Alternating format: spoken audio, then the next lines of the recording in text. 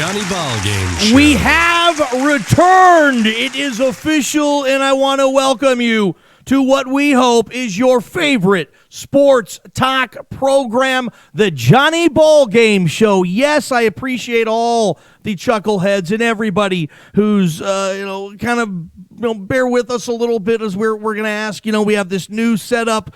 Shout out to Brent Clapp Media Services and all we're doing with them. And we're back. It's a reboot. We think it's going to be better than ever, and we appreciate everybody hanging out and consuming this program on a number of different platforms. Yeah, we ditched the AM radio thing. We're going to be all over where your phone is. Facebook, YouTube, Vimeo, website eventually, all this good stuff. You're going to be able to find the Johnny Ballgame Show Monday through Friday from 3 to 6 in the PM. I want you to be a part of this thing as you always have, my sweet little chuckleheads. You can email the show, johnnyBallGameShow@gmail.com. You can text us, same number, 541-962-7700. So appreciate any texts or emails that come in. You can also, if you're watching on Facebook or YouTube, you got the comment section there. Comment away. Let us know what we're doing. And if you want to join in on having some of the fun with us, by all means, you can do just that. We're going to cover local. We're going to go regional. We're going to go national.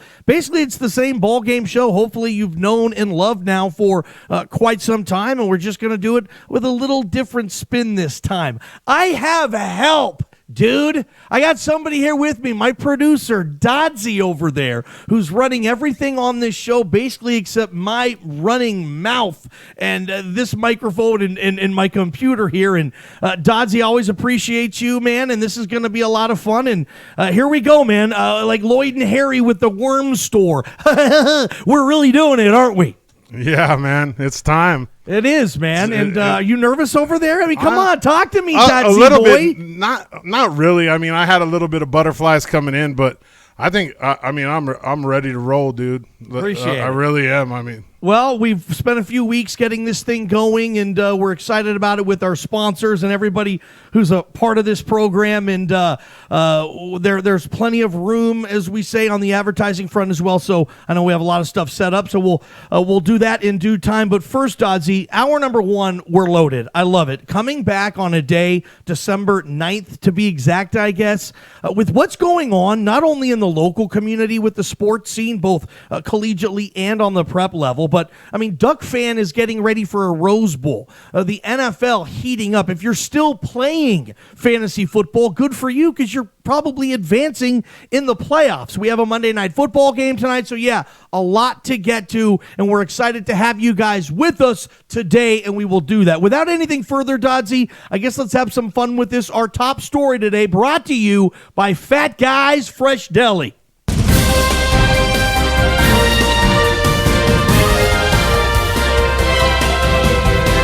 I'll tell you this, I'm a bit of a TV geek, okay? I watch a lot of different shows, anything from like Dateline NBC to cheesy McGillicuddy sitcoms and stuff like that, and I can relate with what's happened where this show is recorded every day, LeGrand, Oregon. This community was able to kind of hop along a state championship run with the LeGrand high school football team, and did a terrific job with that. And this team, the LHS 4A state champion football team, didn't surrender a touchdown in the final 3 games of the playoffs. They had a tremendous run that I think people will be talking about in this community for a long time. That's not really where I'm going with this, though. You've seen what we've done on the Facebook page of this show in covering the state championship and everything that came with it. And again, it was just so much fun to be able to have that and starting this show kind of merged together. It was like a peanut butter and jelly, Dodsy. Don't go eating all these on me. Save some for me, my friend.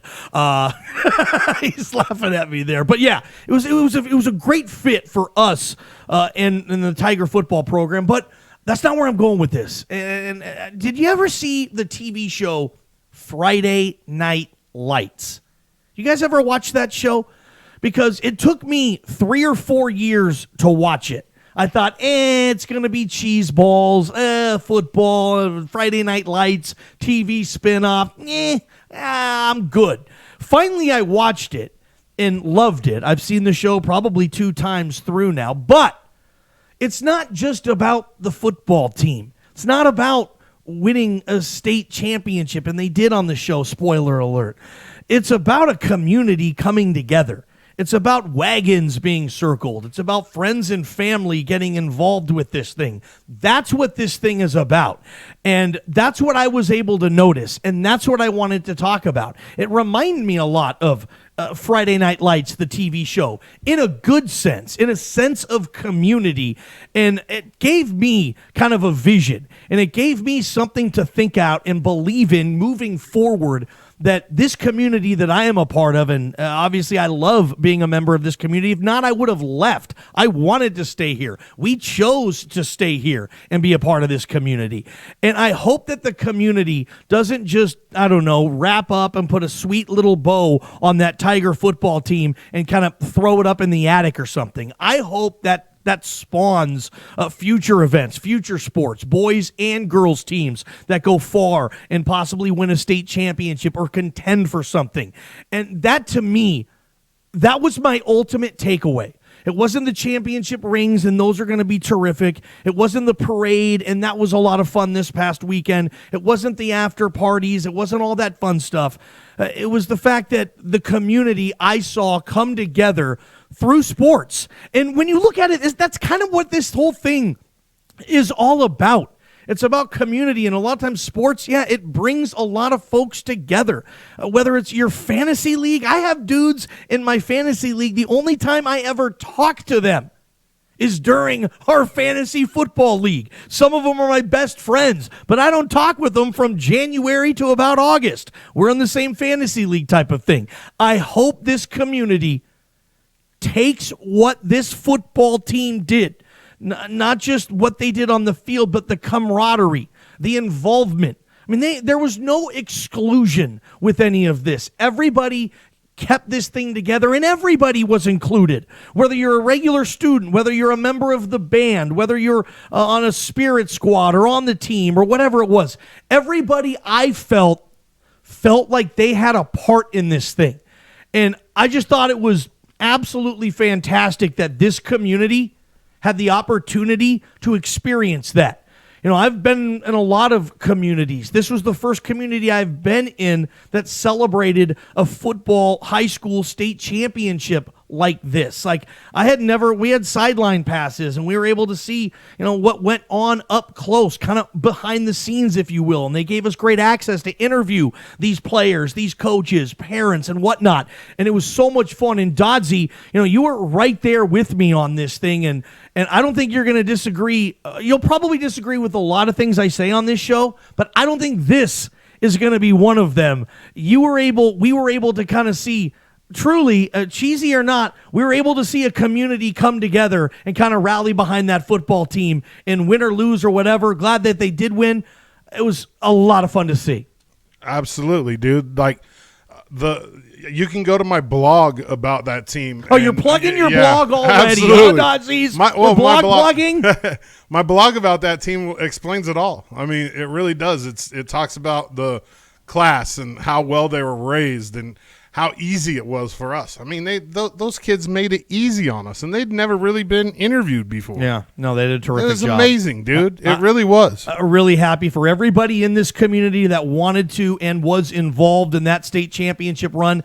That's the fun side. That's the happy side. That's the puppy dog and lollipop version of sports, Dodsey, when things can work out that way.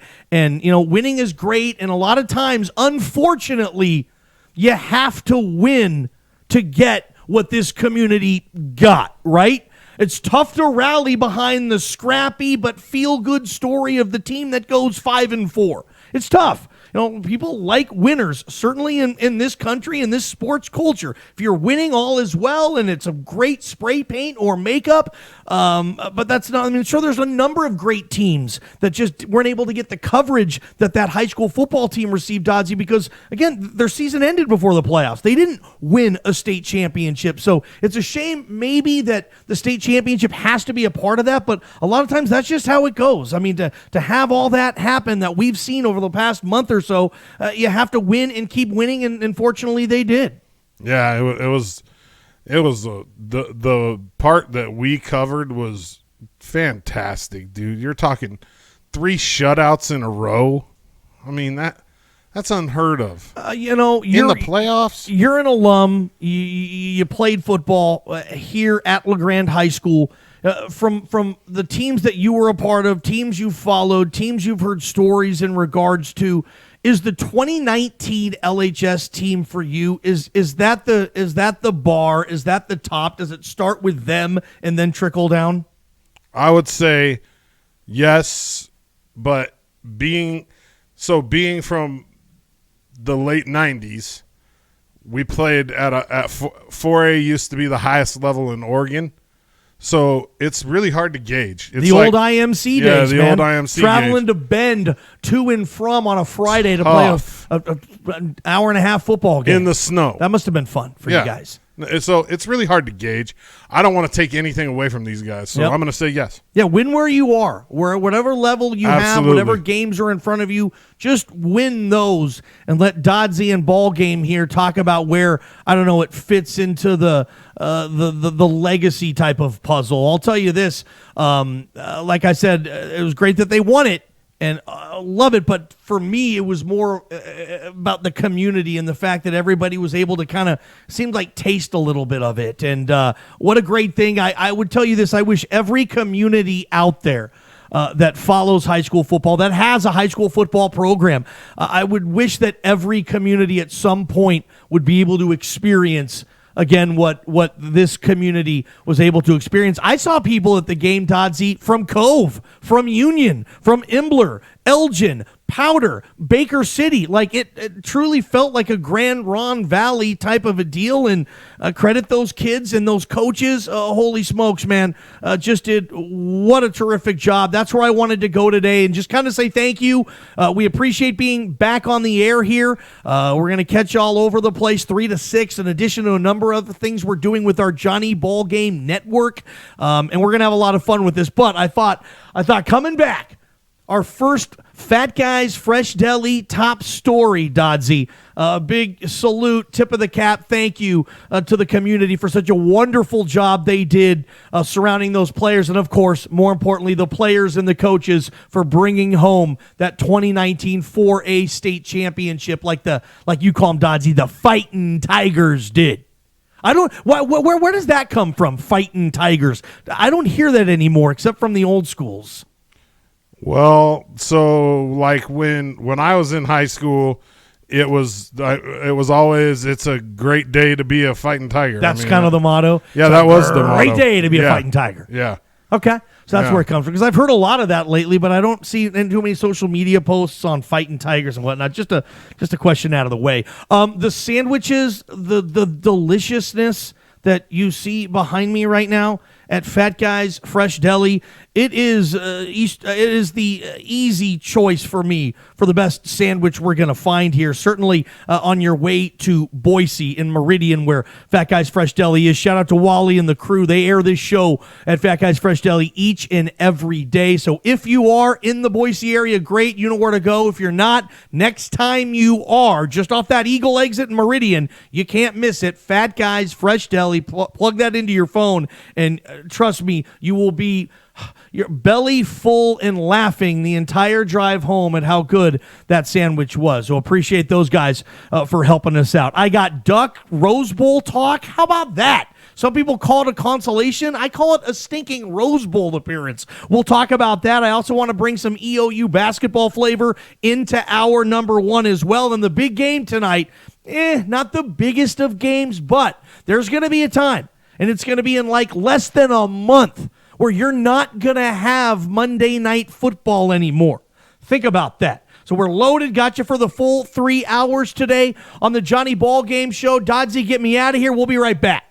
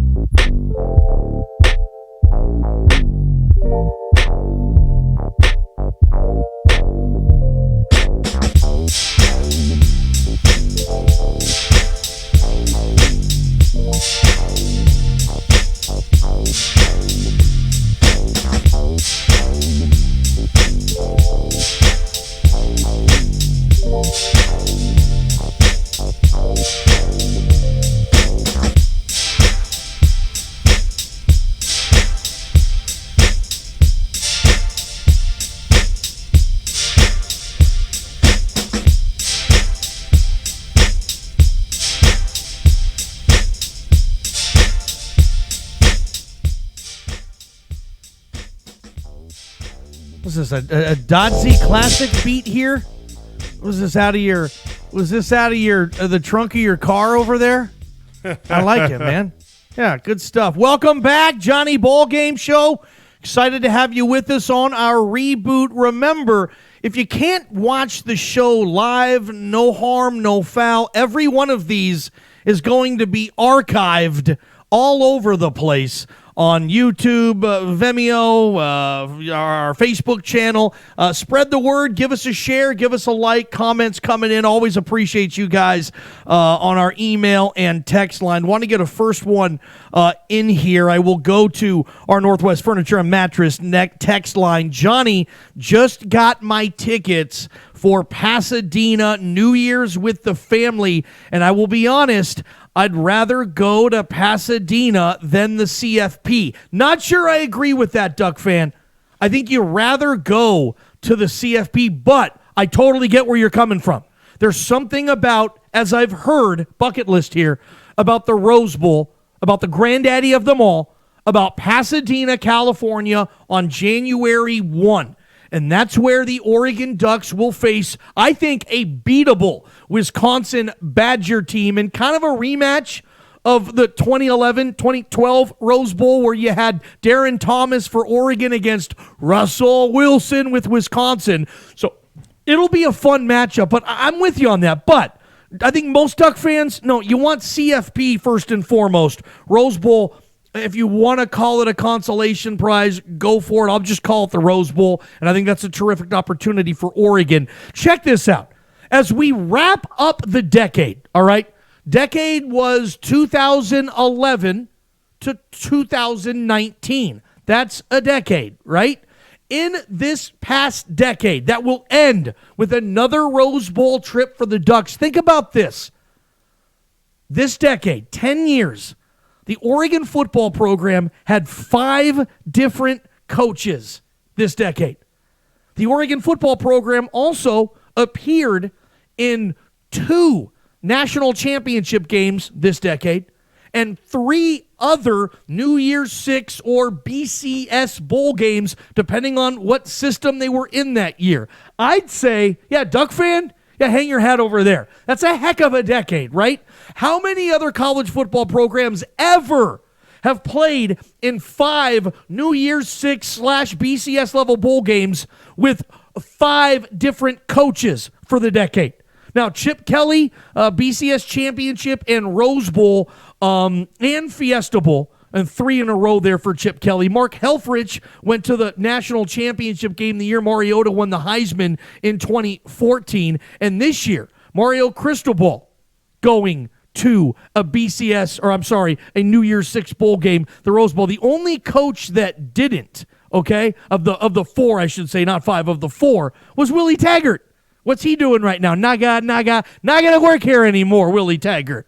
Mario Cristobal gets to a Rose Bowl. Mark Helfrich went to a Rose Bowl and a CFP championship game, the first, and Chip Kelly went to 3, BCS championship game, a Rose Bowl, and a Fiesta.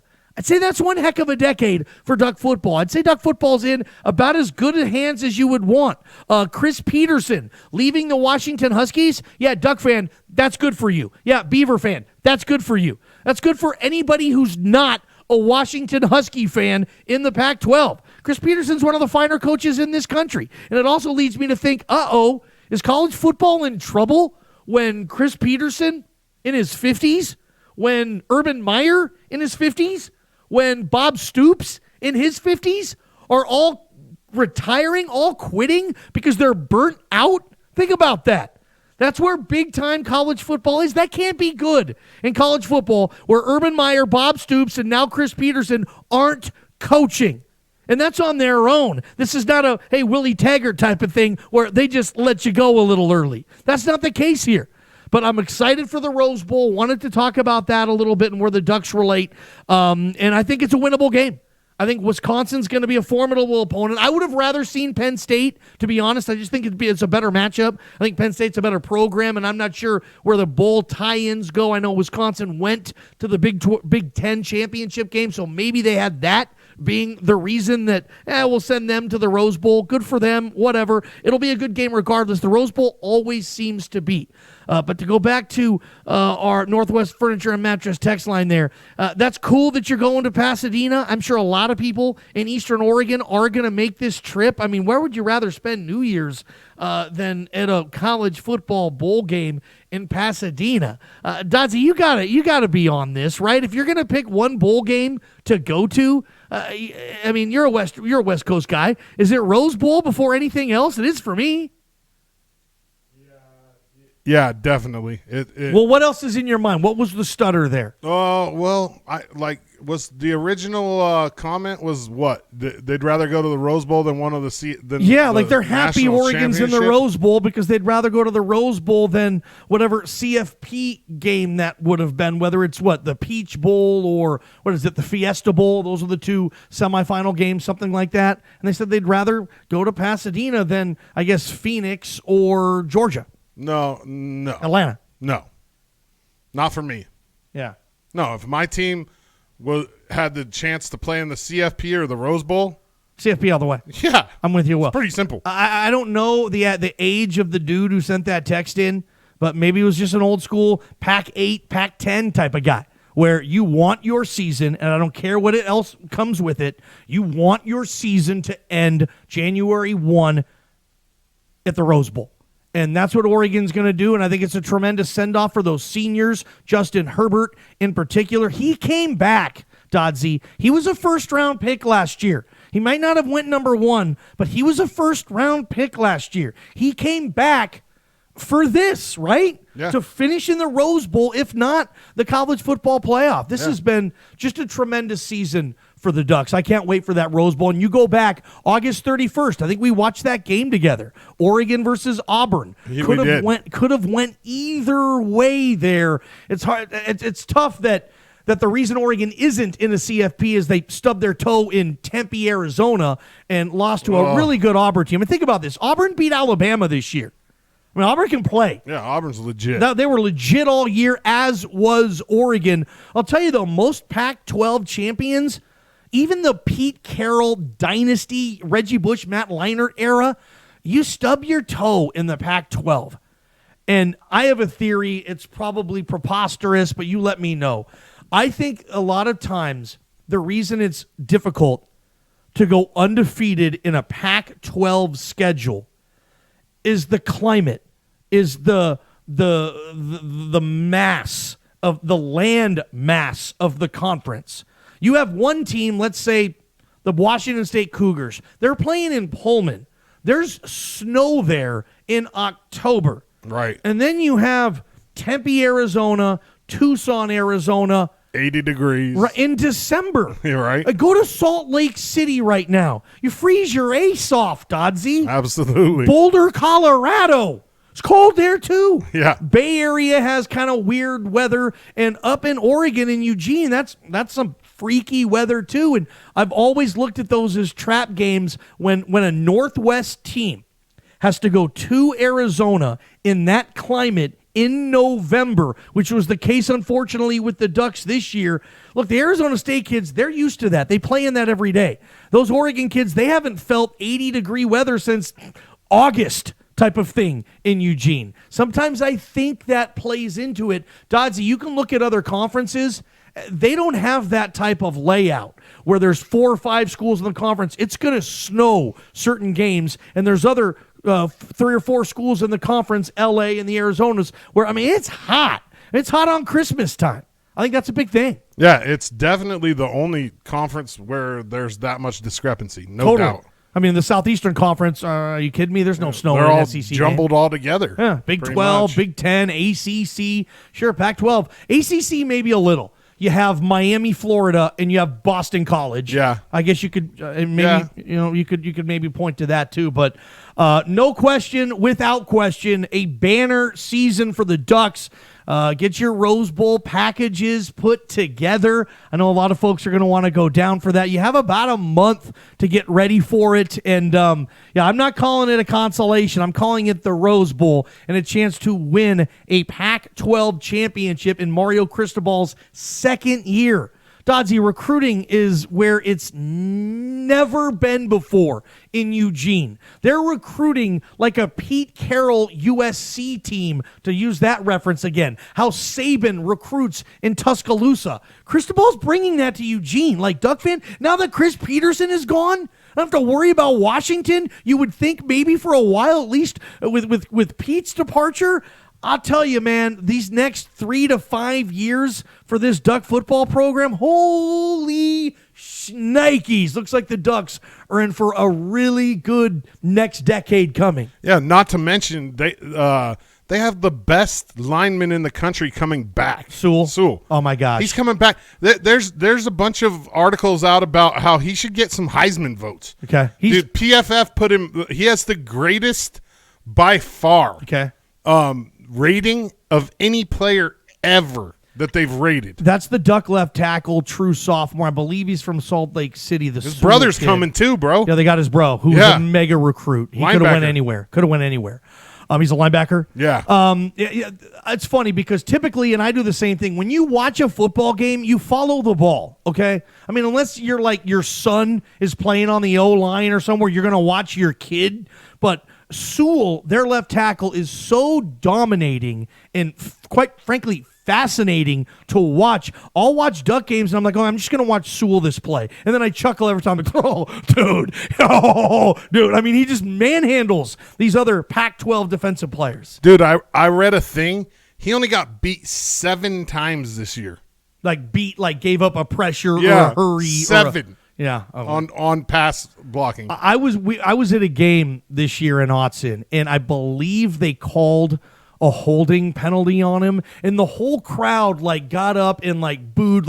Are you kidding me? Almost like that official had the audacity to throw a holding penalty on Sewell. Get out of here, you're screwing us. Right? Yeah. It's like one of those, you don't call holding on Sewell. It's crazy. No. Way to wrap up the decade, like I was saying, for Oregon. And I was wrong on that. You had 4 coaches this decade, and you went to 5 mega level bowl games. You played for 2 national championships in 2010 and 2014. What a great, obviously just a great decade for the Ducks. And the crazy thing is the next decade starts next year. We call it 2020.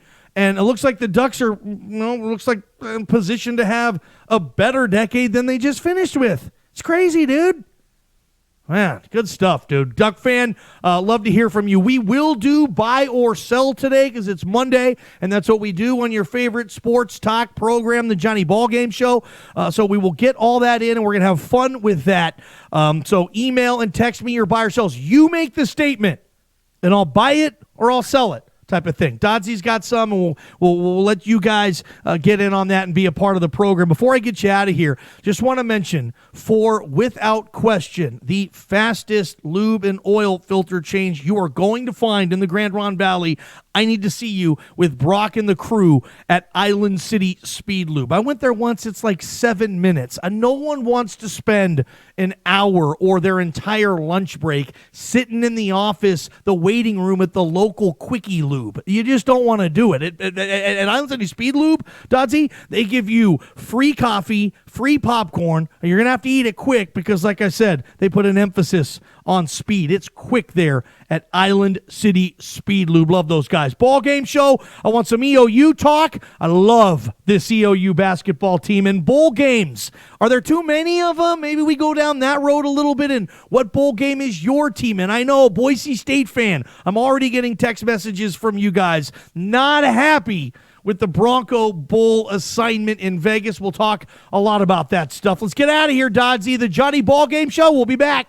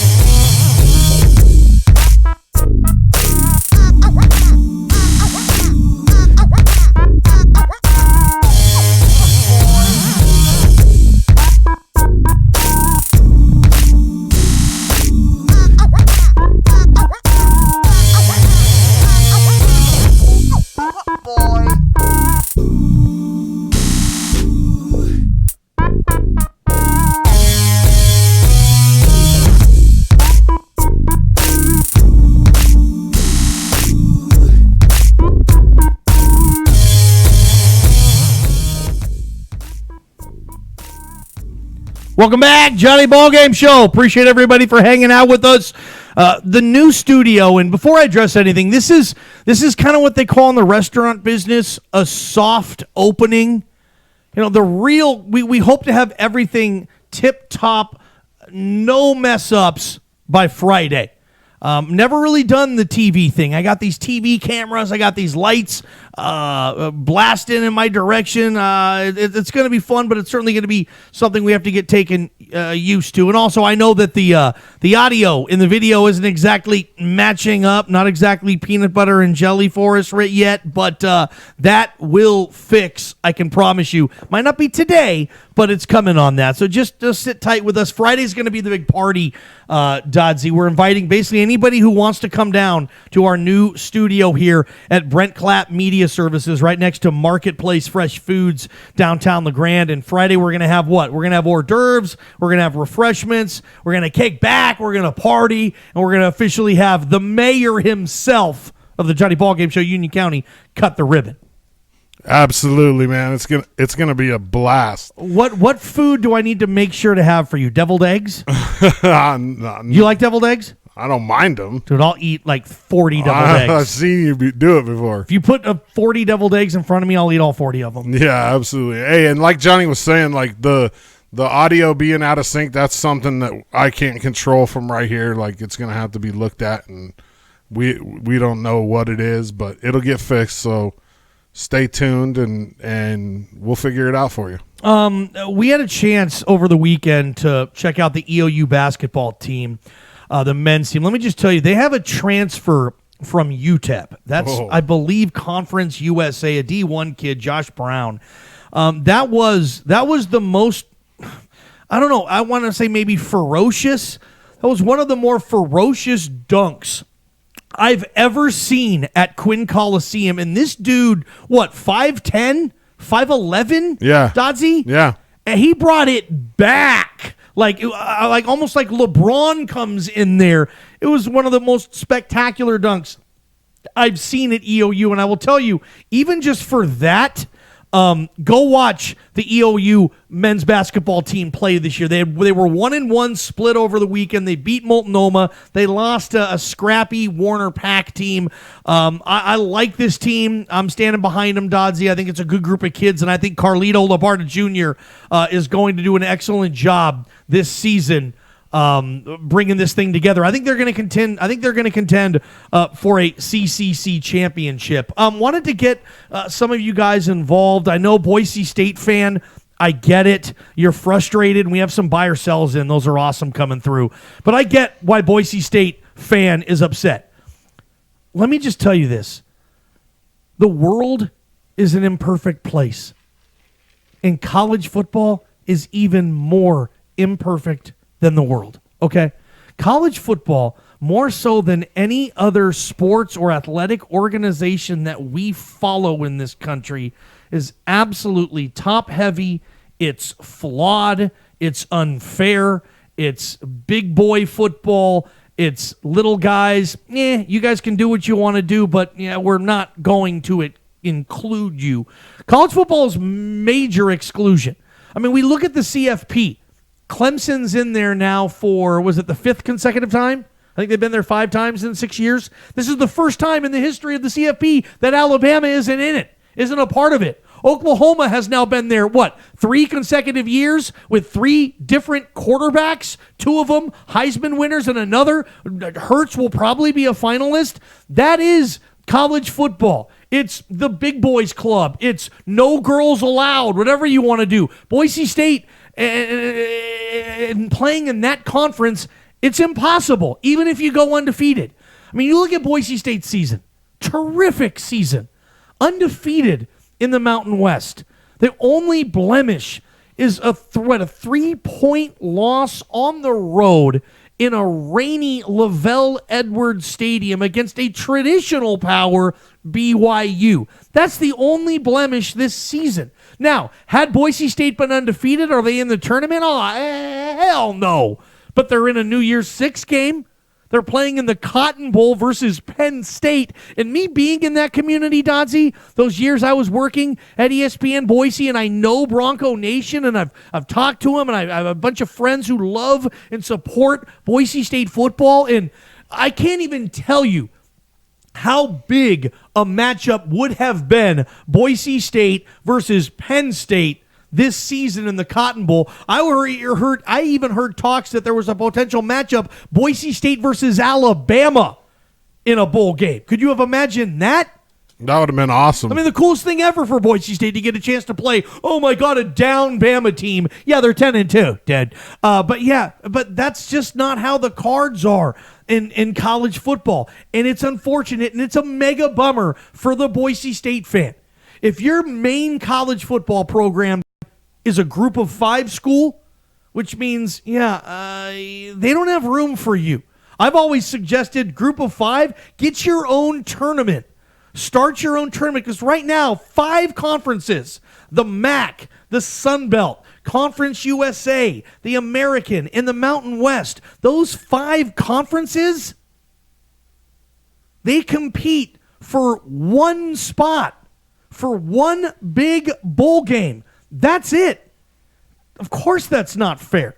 It's awful. And a team like Boise State goes 12-1, which is the same record that Memphis had, but the polls and the committee in this case thinks Memphis is better based on they did have a tougher schedule. They played more ranked opponents, whatever the case may be, and Memphis gets the bid. And not only does Boise State, we didn't get that bid, but we still get a great bowl game, right? We're 12-1 over here. No. You get the Las Vegas Bowl, which is destined to go to the Mountain West Conference champion, and you play the 6th team from the Pac-12. Like, that's just unfair. Flat out, 100%. I'm with you guys. 541-962-7700 on my Northwest Furniture and Mattress text line. I'm with you. I get it. I feel you. It's totally unfair. Now, until Boise State can get into, if that's even a thing, the Pac-12, or the Big 12. If there's ever going to be conference expansion, which I'll be honest, sorry, Boise State fan, I would vote against that. We don't need conferences getting bigger than they are in college football, in my opinion. Not saying that Boise State couldn't compete in the Pac-12. I think they could. Look, Utah 5 years ago was a Mountain West school. Utah was in the Pac-12 championship game just over the weekend on Friday night. So it can happen.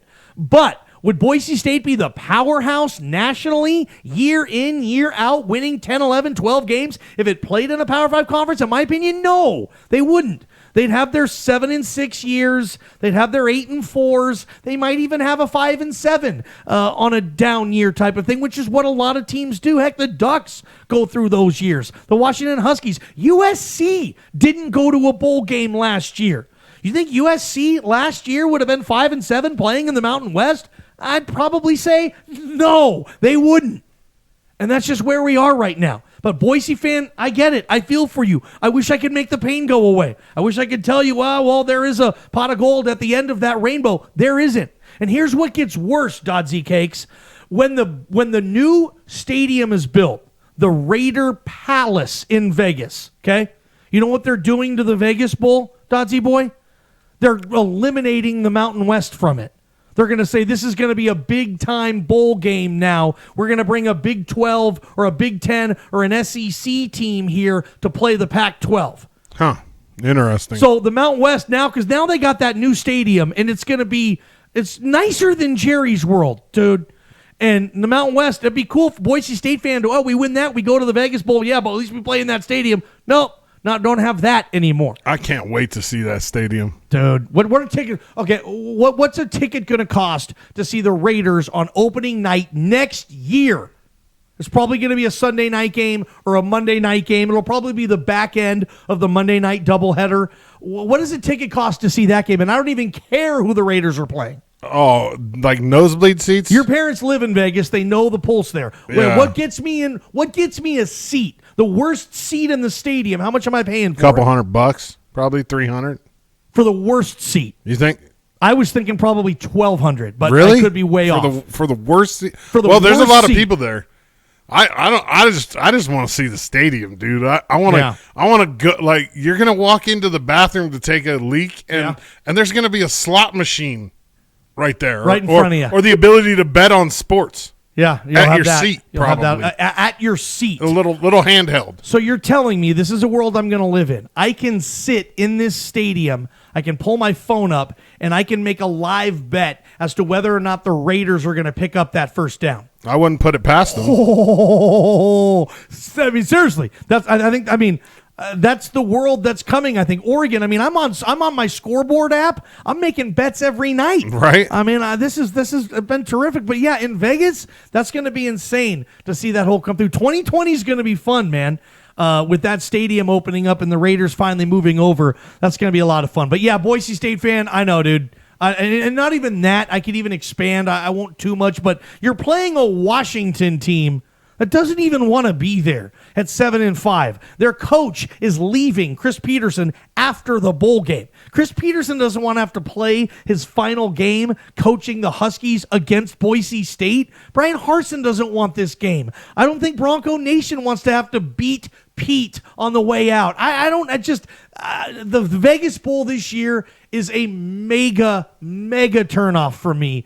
And I feel you, Boise State fan. You go 12-1. You'd like to think that college football and the system that it has created would give you a better opportunity going 12-1 and winning your conference than playing the 7-5 Pac-12 team in Las Vegas in front of probably a half-empty stadium. Bummer there, no question. Marketplace Fresh Foods. The coolest thing about this studio we have, our new studio, is we share a building with Marketplace Fresh Foods.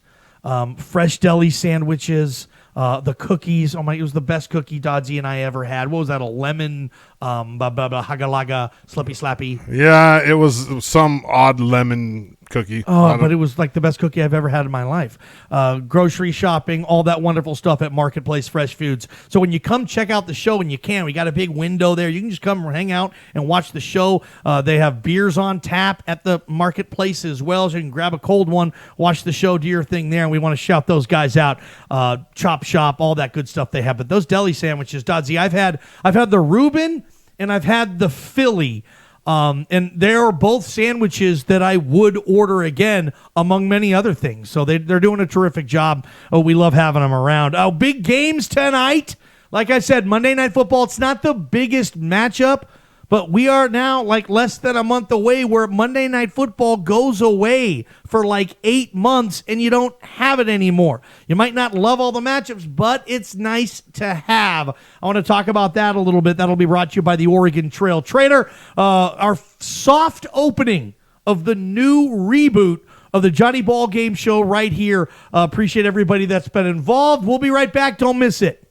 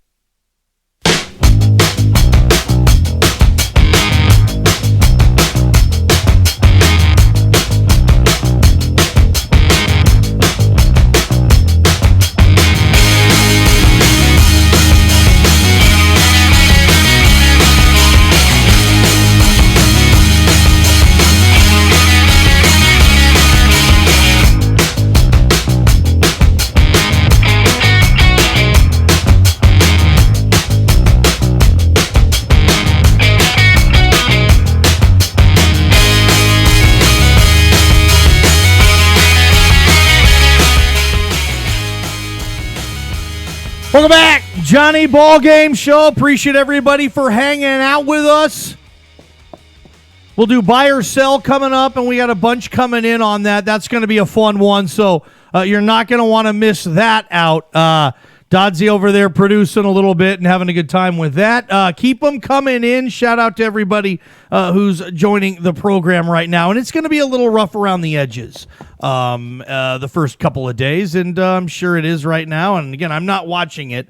I'll go home tonight and watch the program and then end up firing Dodsy probably. And then we're going to have some fun.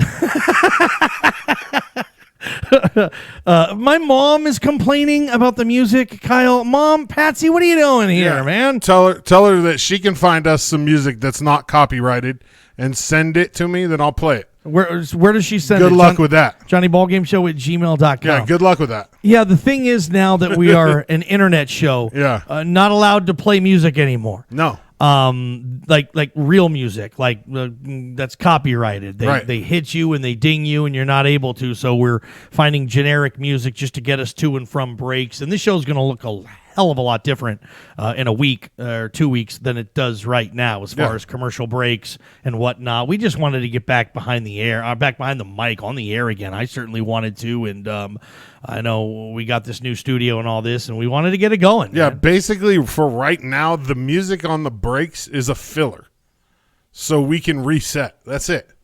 I mean, we're just using it as a filler. Eventually, that'll be advertisement, and it'll either be reads or commercials or whatever. So chill out. We got it. We got it under control. This is just a soft opening, and I mean, feel free to go to anybody listening. If you find some cool music that's not copyrighted, send it to me.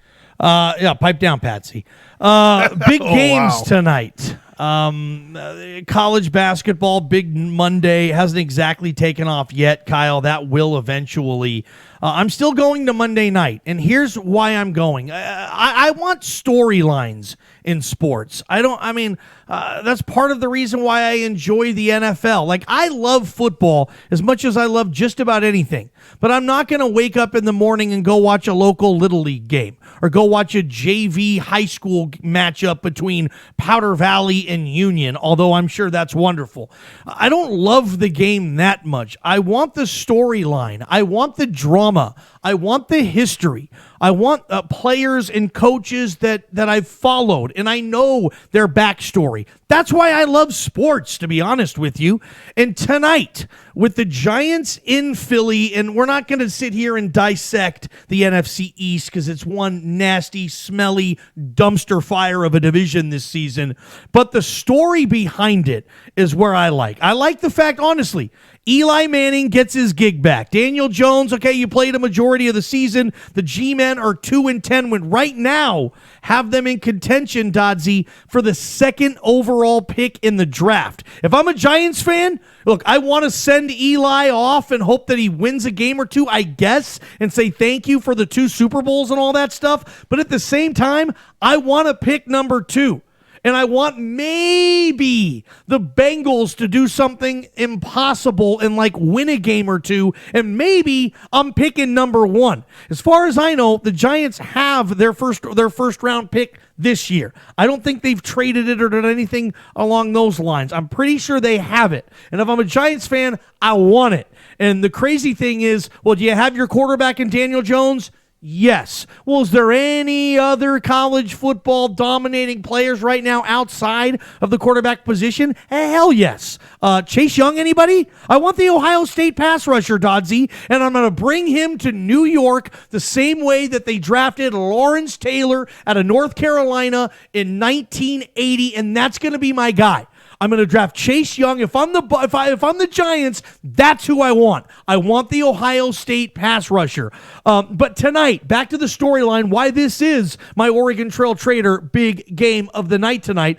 This might be the last time we see Eli Manning play. And take that for what it's worth. Maybe you could not care less about that.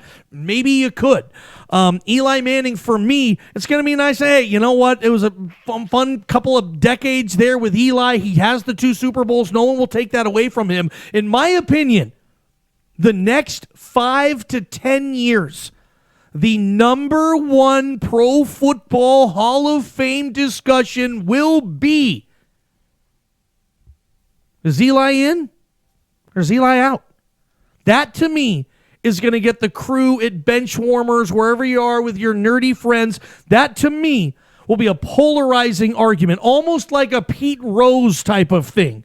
There's going to be, hey, he has 2 Super Bowls and 2 Super Bowl MVPs, Johnny. Of course he's getting in, even though he has a record under 500, or even though the only statistic he's really ever led the league in is interceptions, even though the second half of his career, one playoff trip, and what is it, the final 9 years of his career, he went to the playoffs one time? There's a lot to be said there. It's a great conversation to have.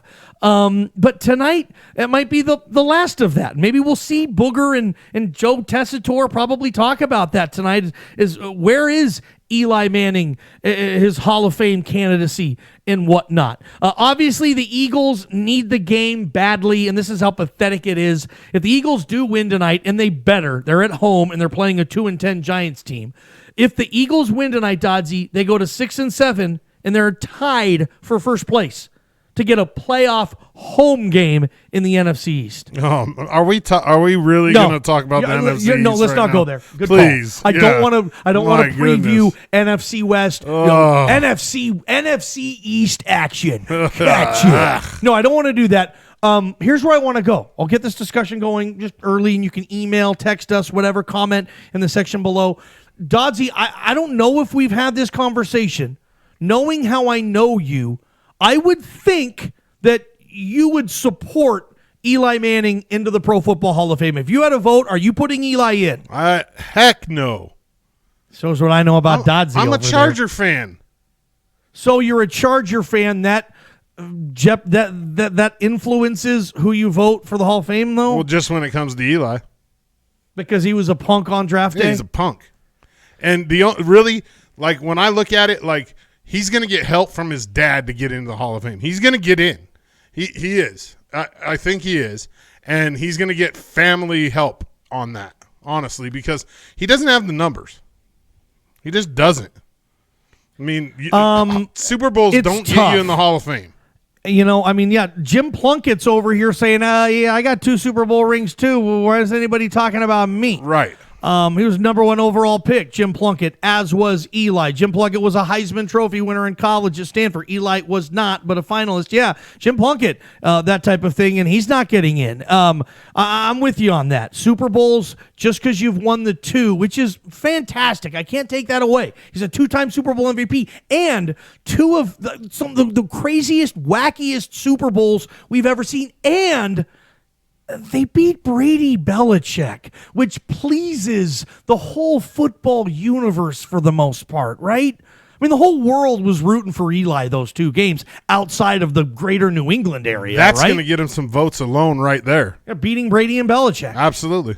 Think about that. If it wasn't for those 2 fluke moments, David Tyree's catch, Mario Manningham's catch, whatnot, Wes Welker's drop, number of things you can go back to, Brady's got 8 rings right now. Thank you, Eli. Thank you.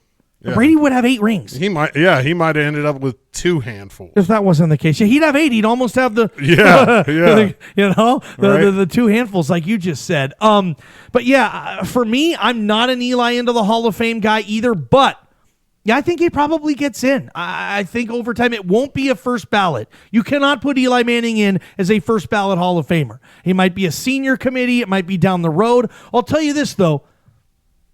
Eli Manning or Phillip Rivers?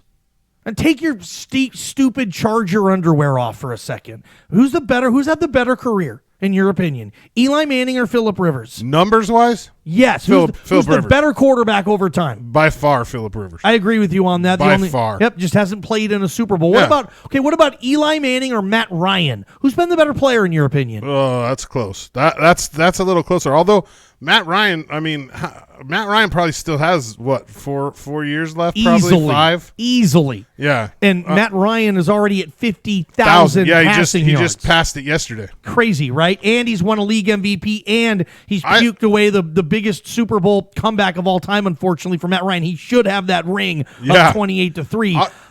I'd say Matt Ryan. You is know, better. I think Matt Ryan's a better quarterback than Eli Manning, too. If I was starting a franchise, if I was a GM, I would rather have had Matt Ryan for his whole career than Eli Manning for his whole career. And again, I was not saying that Eli Manning should have been a backup. No, Eli Manning was terrific. He's a Pro Bowl caliber quarterback. I just don't think he's a Hall of Fame caliber quarterback. And I know he has the 2 rings, and he played well in those two Super Bowls. It wasn't, and the defense was great and all that stuff, and guys made plays, but Eli played well in those 2 Super Bowls. He was the MVP, and rightfully so, I thought, in both games there. Yeah. But I don't think he's a Hall of Famer. I'll tell you this, though. I'm rooting for him tonight. You probably are not. I get you got your strong ties against Eli. I think, because he was such a daddy's boy it was punk disgusting. on that draft, that whole process where, hey, he's like the only guy in the world in his early 20s with $1 million in his pocket that doesn't want to go to San Diego. Okay. But the way that whole thing went down, awful. I could get it. Not liking him as a Charger fan, but I will also say, I think Eli Manning, I think he's done a good job over the last 17 years or so of kind of mending that fence a little bit. So here's the thing: if I had out of the 3 quarterbacks that were in that draft class, the top 3, Roethlisberger, Phillip Rivers, Eli Manning. If I was going to start a team today, and I was able to pick one of those. After seeing what they've done, throwing the fact that I'm a Charger fan aside, I would still take Phillip Rivers. See, that's an interesting argument, Dodsey, because what you're saying there is you watch their career, and then you kind of go in you hop in the DeLorean, you go in a time machine, and you draft them to another team. Yep. You don't know their teammates, you don't know who their coaches are going to be. All you know is what you've seen 16, 18 years of them playing pro football. I would probably go with Big Ben. Yeah, I don't know. Close. Again, and I'm a Rivers guy. I'm a Phillip Rivers fan. Yeah. We have Kellen Clemens on this show who backed up Phillip for 4 or 5 years there in San Diego and LA, and he raves about Phillip. Loves him. Great guy, wonderful quarterback, heck of a competitor. The only problem, unfortunately, for Phillip Rivers, they fire Marty back in 06, which I thought that was unjust. They bring in Norv Turner, give him more than enough time to be Norv Turner, and they just couldn't ever really get it right. And unfortunately for Phillip Rivers, I think he's going to be in that conversation of greatest quarterbacks ever to have never played in a Super Bowl. No doubt. With Warren Moon, there's a number of other guys I can mention, great quarterbacks that, dang it, just never even got to the big game. The crazy thing about it, though, is back to Manning, he's at the bottom of that list of those 3. And way at the bottom of that list. There's a big gap between him and Big Ben and Phillip Rivers, in my eyes. I think so, too. Absolutely. I'll be rooting for him tonight. I want the Giants I want the NFC East to be as bad as it possibly can. And I think, I don't know, it seems to me like this is kind of a lifetime achievement award with what the Giants are doing, saying Daniel Jones, the complete and total future of everything we're trying to do here offensively outside of Saquon. But we're going to go ahead and sit you, and we're going to let Eli play these last couple games of the season just to kind of, give him a nice little pat on the butt on the way out. Seems to me like there's a lot of lifetime achievement in this, because why wouldn't you just stick with Daniel Jones? You're 2-10. That's your first round bonus, baby. 6th overall. You took this dude. If he's 100% healthy, why is he sitting? Why? No idea. Why? Lifetime Achievement Award. Was Eli. he hurt? He was hurt earlier in the week. Is he a little banged up? Yeah. I haven't been scouring the Giant injury report lately, and that's probably my fault. Yeah, I think he is. But maybe that is the case, but it has a lot of lifetime achievement written around it with Eli Manning. That's cool. I'm going to watch this game, and it adds to the storyline. I'd rather watch Eli Manning tonight kind of go on, try to beat Philly one last time in Philly. All those great rivalry games between Donovan McNabb and Eli and Vic and Eli and the Giants and the Eagles. What a nasty rivalry that is. But, good stuff. That's my game of the night, Monday Night Football. Giants in Philly to take on the 5-7 half game out of first Eagles, brought to you by the Oregon Trail Trader. Just a fabulous website my boy Bommy has there. It's OregonTrailTrader.com. Easy peasy. They have the best selection of firearms in Eastern Oregon, and really for the true Eastern Oregonian. You like to hunt, you like to fish, you like to camp. The Oregon Trail Trader has everything and more as far as what you need. And Balmy, he'll beat prices. I've seen it. People go there, they hang out, they have their coffee, they talk about the world and life and everything that comes with that, and they do a good thing. They run a good show down there at the Oregon Trail Trader. So remember, OregonTrailTrader.com. I promise you, someone you know on your holiday shopping list has something they'll want from the Oregon Trail Trader. That's the first hour in the books of our reboot. We'll go play some of the music that we're loving here, and we'll see you on the other side of the break. You got yourself the Johnny Ballgame Show.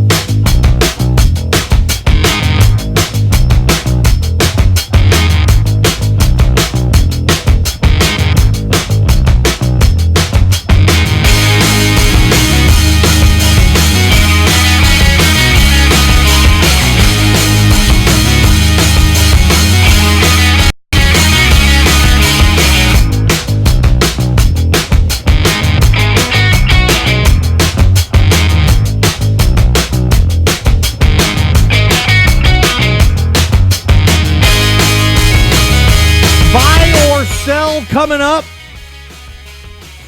it's going to be a good one. We are loaded with buy or sells today, probably the most we've had. Honestly, I want to say in, 2-3 months of buy or sells. So excited to have those. If you want to participate, it's easy peasy. Just send me an email to johnnyballgameshow@gmail.com or text us 541-962-7700. I got the Charger peanut gallery all over the place on this thing. Johnny, Eli needs to stay out. He got lucky. Johnny, if Rivers gets into the Hall of Fame, it would be an embarrassment of him being a Charger. I'm not sure what that means. Eli sucks. I know what that means. And AO, who is a mega chucklehead, Dodsy. AO says Daniel Jones has a tweaked ankle, sprained ankle, whatever the case is. I thought that they had said something about him being hurt. Now, I don't have just you harassing me when I say something stupid. AO will text me. Oh yeah, I know. I've noticed. That's what he does. He just waits there for me to say something He's stupid, like and then he vulture, texts me in. just circling. Yeah, seriously, he circling he the circles ball around. game show. If I say something that doesn't make sense or anything, just boom. I go to the break. I look at my phone. I got 7 AO texts. Yeah, I'm gonna get a graphic of a vulture for AO. For AO, yes. Yeah. Get that graphic, and then like anytime those vultures AO, on. and whenever AO does AO stuff, you can push a button and there's a vulture surrounding. Yeah, absolutely. That's a really good idea. This is a story that I just had to go here with. I had to.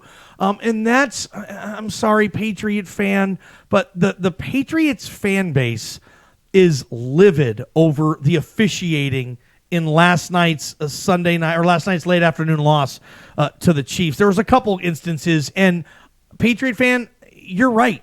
Yeah, N'Keal Harry should have been that should have been a touchdown without question. There was another horrible call as well, but if I'm Patriot fan, and I'm cognizant of the last 20 years, and maybe not all are, Dodsy, but I'm not going to sit there and flip out losing a late afternoon game on December 8th to Mahomes and the Chiefs.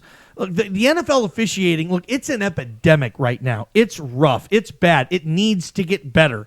I'm not smart enough to figure out how it needs to, but I'm sure there are people that will, and I hope they do. Officiating's been in crisis mode, Dodsy, last couple of years. There's 3 or 4 games a Sunday where you're like, the officials, well, they blew that game. But it's funny when Patriot fan gets louder than other fan bases, and we all know what they've done in the history. We all will know what they've done with Deflategate, with Spygate, and other things that have kind of came with what that culture has been and all that stuff. But I mean, to me, it's like, geez, man, really, Patriot fan, you guys are going nuts over this one game here. Maybe it does tell me this, and that Patriot fan is not near as secure with themselves regarding this particular team maybe as they've been in the past. And I've never seen a 10-3 team get thrown more shade on than this Patriot team. Everybody's ripping them, Dodsy. And they've lost, 3 out of 5? Yeah. And it just doesn't look Patriot-like. Brady, love ya. He looks 42 at times. Right, yeah. And this thing with the receivers, and I can go back and look at Patriot receiving cores without Randy Moss, without Wes Welker. I'm talking David Givens. I'm talking Deion Branch before he came up. I'm talking David Patton. I'm talking Troy Brown. By no means perennial Pro Bowlers. And they made it work. They've made it work with less at that position as before, and I'm all with Belichick on this. For me, receiver, that's like the last position I'm going to address. I'm building my team from the inside out. I saw my Seahawks win a Super Bowl with undrafted receivers, Jermaine Kearse and Doug Baldwin. Not even drafted. And those were their top 2 receivers going to a Super Bowl, a couple of them. So for me, I've never been oh my God, we got the 3rd overall pick. We need a receiver. No, dude, get me the pass rusher. Get me the left tackle. Get me the quarterback. Get me the defensive back. Give me the corner. Give me the lockdown, shutdown corner if they still exist, that type of thing. But it's interesting to see where this Patriot team is, and I don't know, maybe I just kind of solved the puzzle for myself. Maybe that's why this Patriot fan base right now was as livid as they were on social media over yesterday, over that loss. Typically a Patriot fan, let me know when it's mid-January where I'm going to yell at officials and stuff, but we'll see. What's your take? Well, before we get any further into the foundation of the team, Patriot fans, if there are any out there, well, I know there's a few that, but here's the thing. Just be glad that you're not part of the CCC, because the refs at that basketball game the other night were way worse than the refs that I've seen in the NFL. EOU versus Warner Pacific, Quinn Coliseum, Saturday night, a rough one. Oh, man. A rough one for those NAIA officials. Bless their heart. They've got to be the sickest men in America about today. That was a rough one, man. Hey, if I'm one of those officials, I don't even want to see a replay of that. Like, you think you would know that? Have you? What's the extent of your officiating? Little league umpiring? Have you ever done any officiating, Godsey? I've umpired all the way up to like JV. I've done a little bit at way lower level. Yeah. It's a thankless job. I mean, I don't know if you're going to say like, hey, the OSAA, hey, ball game, we want you to ref high school basketball this year. Nope. You'd have to pay me like $500 a game. Yeah, I don't want that gig. Nope. I don't want to be an official. I don't want the gig. I'm buddies with officials. Todd Gorham, a buddy of mine, he's an official up here. He's good at it, and he loves it, and he's passionate about it. But, man, I don't want that gig. I don't want to be an official. No thanks. I don't want it. I'll tell you this. I'd be an NFL official, though. Wouldn't you? You'd have to like pump some iron. I'm not big enough? No. Well, I then want, you'd I have want to like lose. Hercules. I'd have to gain weight. You'd have to lose Oh, some. definitely. Yeah, I wouldn't. I If mean, we do it. Like, Ed Hockley? yeah. No, but all I'm saying is like the money those guys make, they make like mid six figures. They have a great union package. Hell yeah. I would. How much do you think those CCC refs make? NAIA basketball officials. Couple $100 a game? I would, that's got to be that can't be a full-time gig, right? Those dudes No. have job Monday through Friday, Monday through Thursday. But they probably still make a couple $100 a game. I'd say it's an annual thing, 10 You think grand so? a year, You think so? 5 grand, 10 grand. Still, I mean, they got to be better than they were in that game. They were bad. EOU, Warner Pack, I had Saturday like a night. 12-year-old kid sitting next to me saying how bad they were. You did? Like a Yeah. 12-year-old, like, oh, you right guys behind suck. me. Yeah.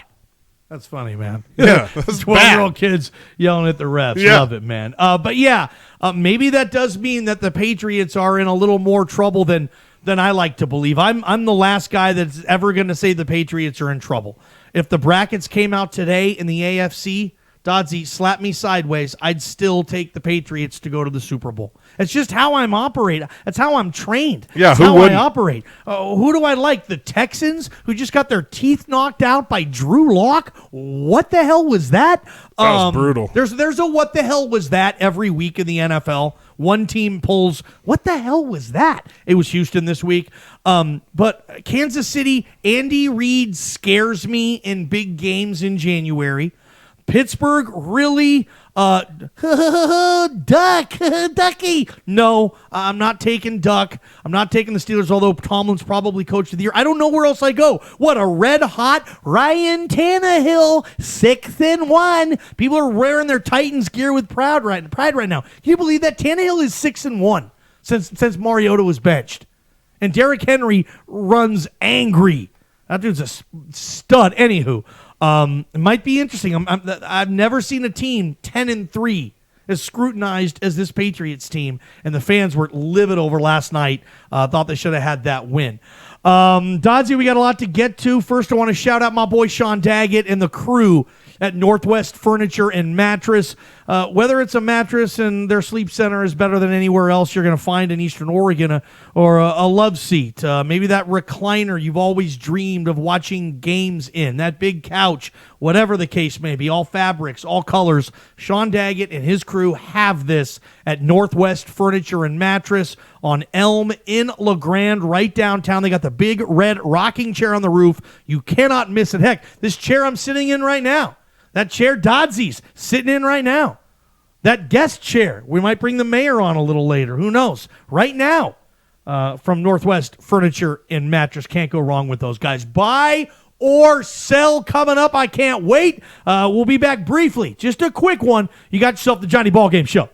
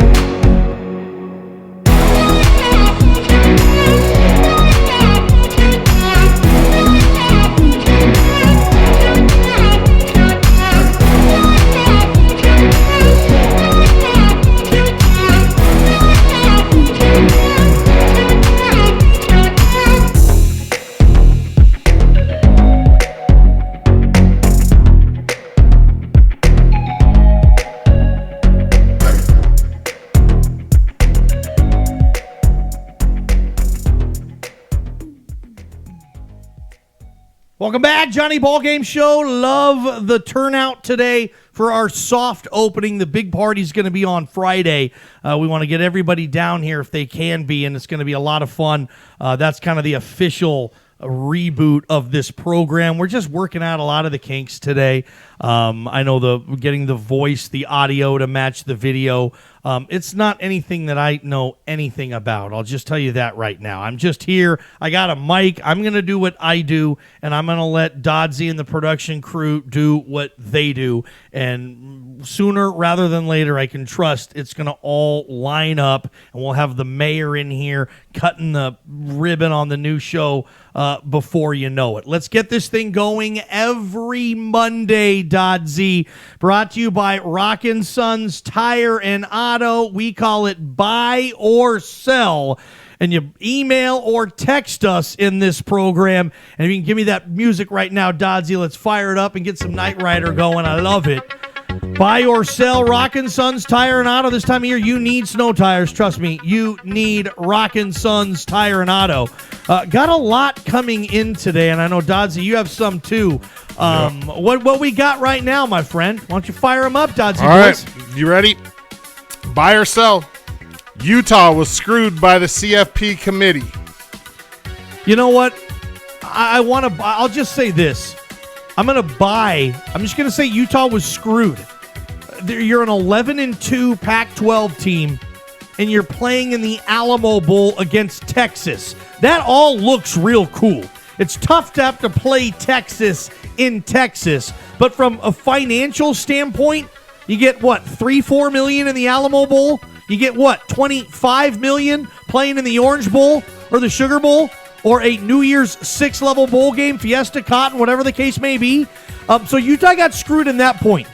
Here's what's wrong, though, is that the ACC, they got Virginia, 9-4. In my opinion, a team with 4 losses that is not a conference championship has no business being in a CFP game, being in a New Year's Six game like UVA is. Utah should have got their Orange Bowl, but they couldn't because the ACC has a deal with the Orange Bowl where if Clemson is in the CFP, which they are, that the next best ACC team gets to go to the Rose Bowl, the Orange Bowl, which is ridiculous. Utah should have got a New Year's Six bowl game, 11-2. They lost to USC. They lost to Oregon. That's it. I thought Utah got screwed, Dodsy. That I will buy, but were they screwed by the committee? No, because the committee couldn't change it. College football needs to change that. 11-2 Pac-12 teams should not be playing in the Valero Alamo Bowl. What's next? All right, buy or sell. The Niners are a more complete football team than the Seahawks. I'm going to buy this. Yeah, the Niners are a more complete team than the Seahawks. They're certainly better on the front seven. They're probably better in the secondary. I would say they're not better up front on the offensive line. I would say they are not better at quarterback. Receiving core is kind of a push. Maybe I give it to the Niners because they have George Kittle. Running game, maybe I give it to the Seahawks if Penny is healthy. It's an evenly matched team, but no, I'll say this.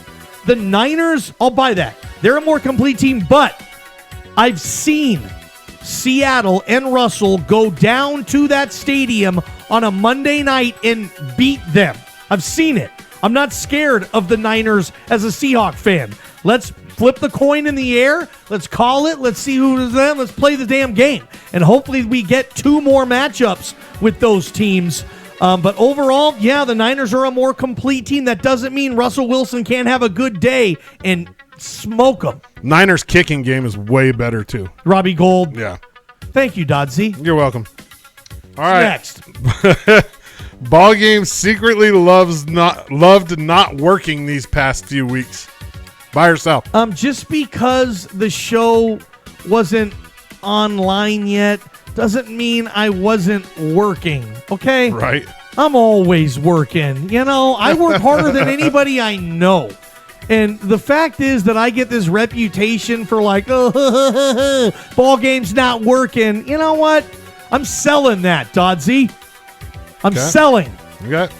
I thought you were going to comment on that. I do. I have a comment, but I was keeping it to myself. Thank you, Kyle. EOU will win the CCC in men's basketball this season. Buy or sell? Oh, it's too early.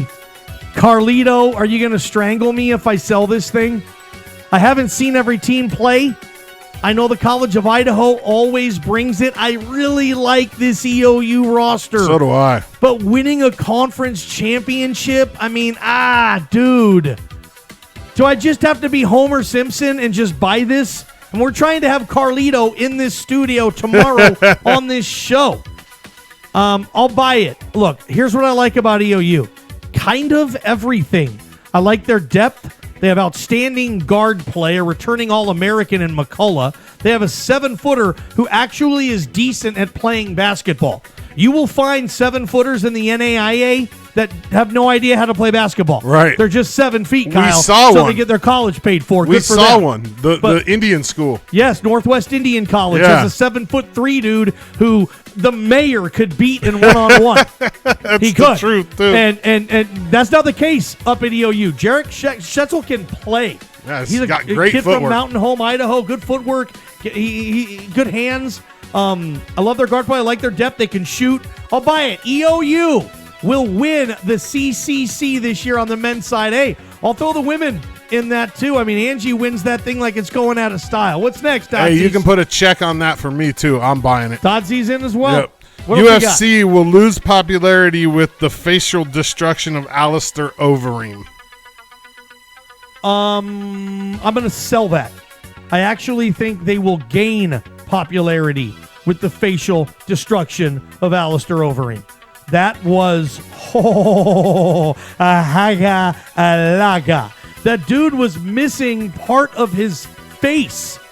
Honestly, it's like a wolf that in the wild got to some of the sheep or some of the horses, and the farmer gets out and looks at his animals the next day and it's like missing a face. It was awful. No, look, folks who like UFC want this. We might talk about this a little later. Maybe we table it for tomorrow, Dodsy. But we had this conversation off the air, and you were like, no, the fight should have went on. They should have stopped it. No. And I'm like, dude, the guy's face was missing. They had to. But you're saying, no, they should not have. I think most UFC fans, they wanted it to keep going. Hey, you might die in the octagon. So be it. Like, no, it's not going to lose popularity. It's going to lose popularity maybe that they stop the darn thing. It gains popularity when dudes have articles of their face removed. It wasn't his face. A piece of his face wasn't missing. He was smiling. It was just cut from the lip up, and he was smiling, so it made it spread apart. How do you smile when you're? He's got a big old grin on his face.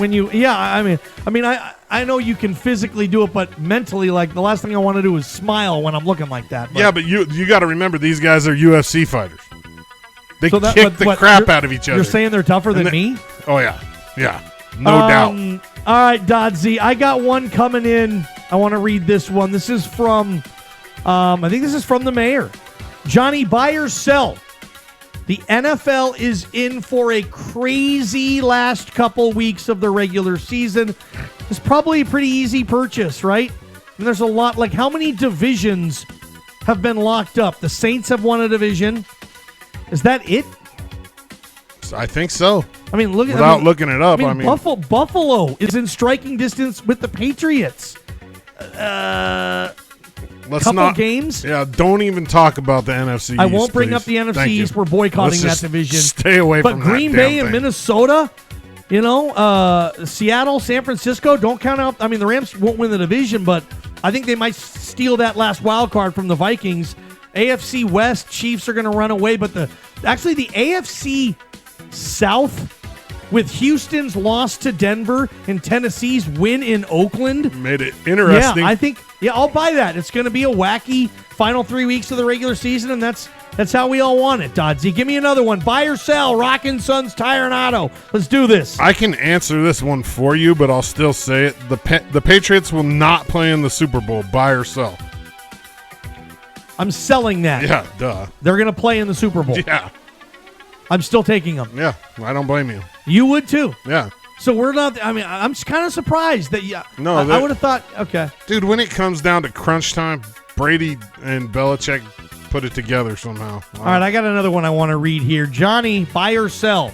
Rodney Hood has played his last game with the Blazers.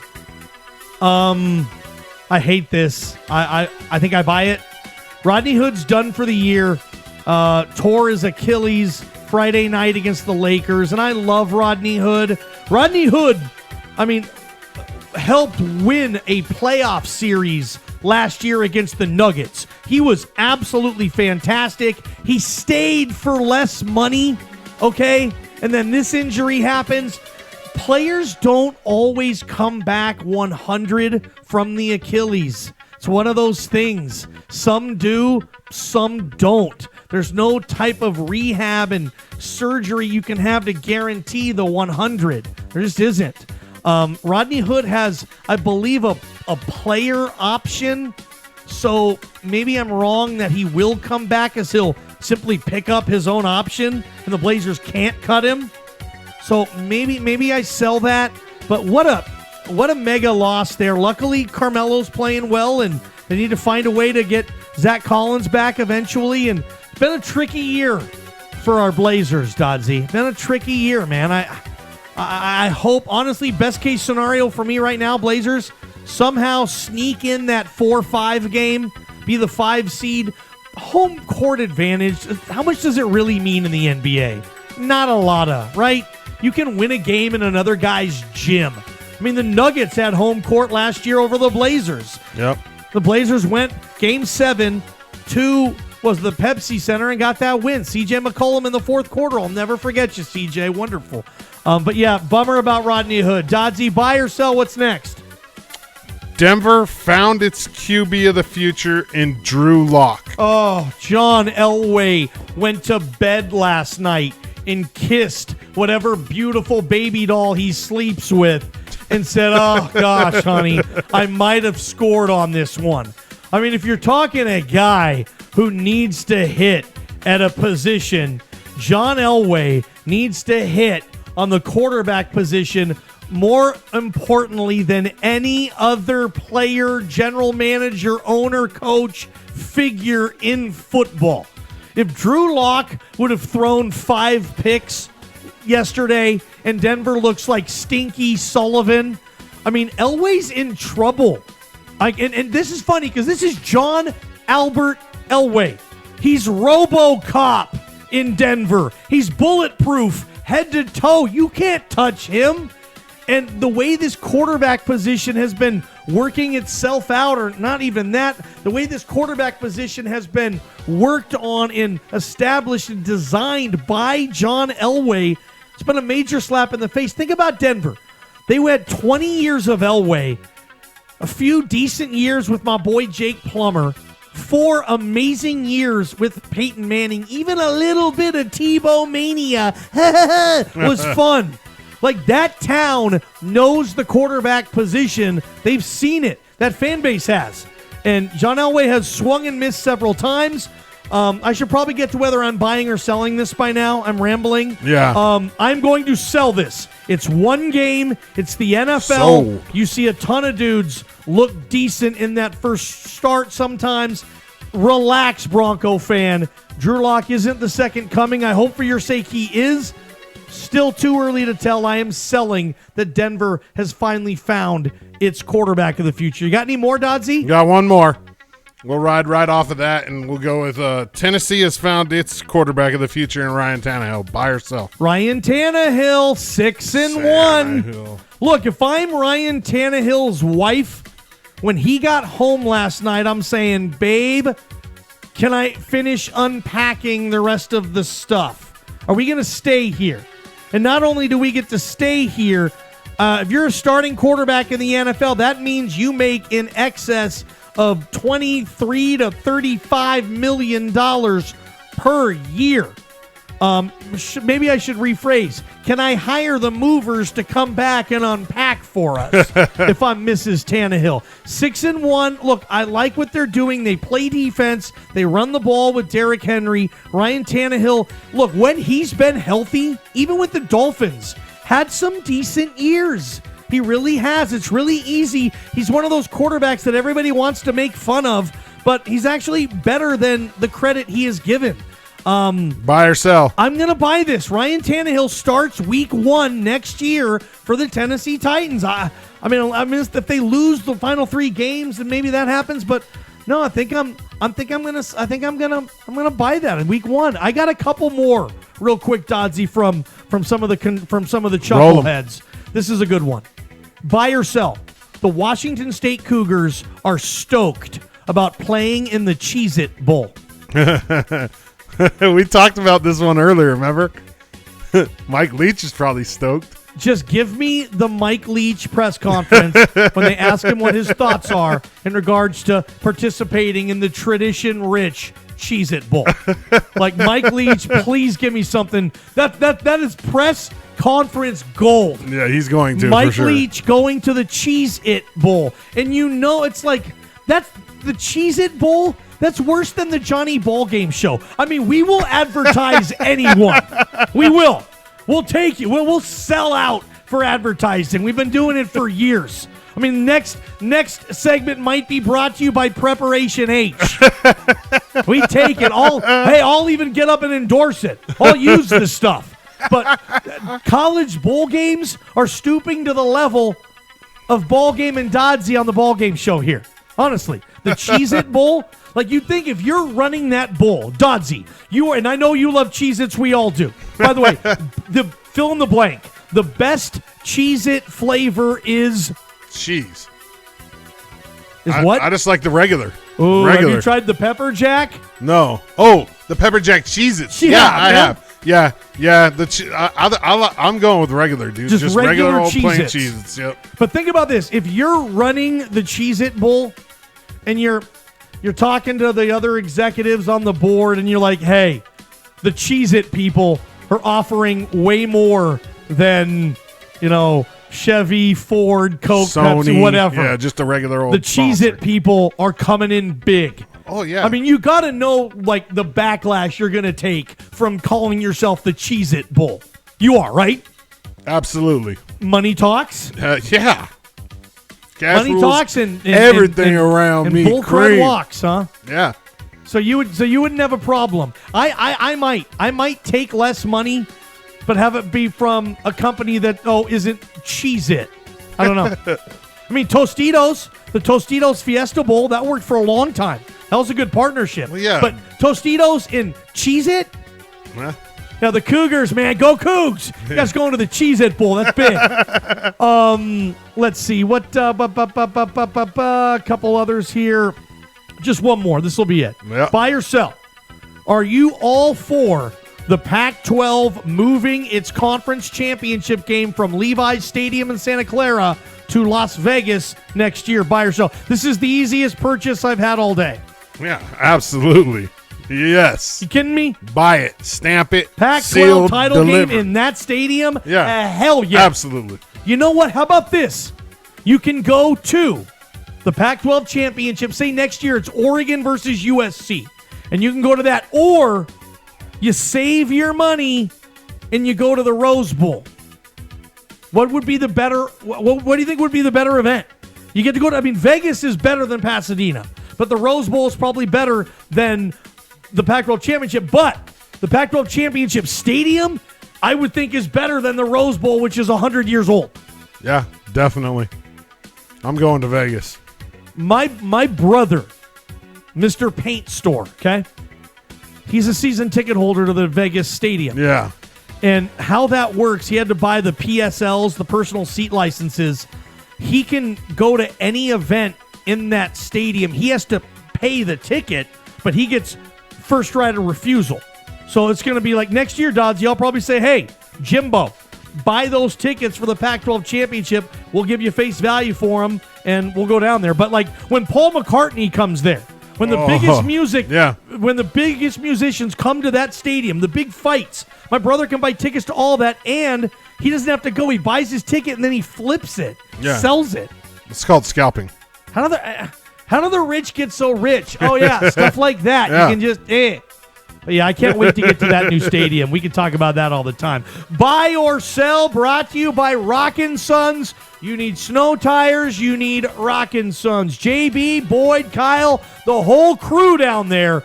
Look, they're local. They can do deals that the big chain tire companies simply can't. So get down there and have them help you. Have them make you a deal. East end of Adams Avenue, Rockin' Sons Tire and Auto. That was buy or sell.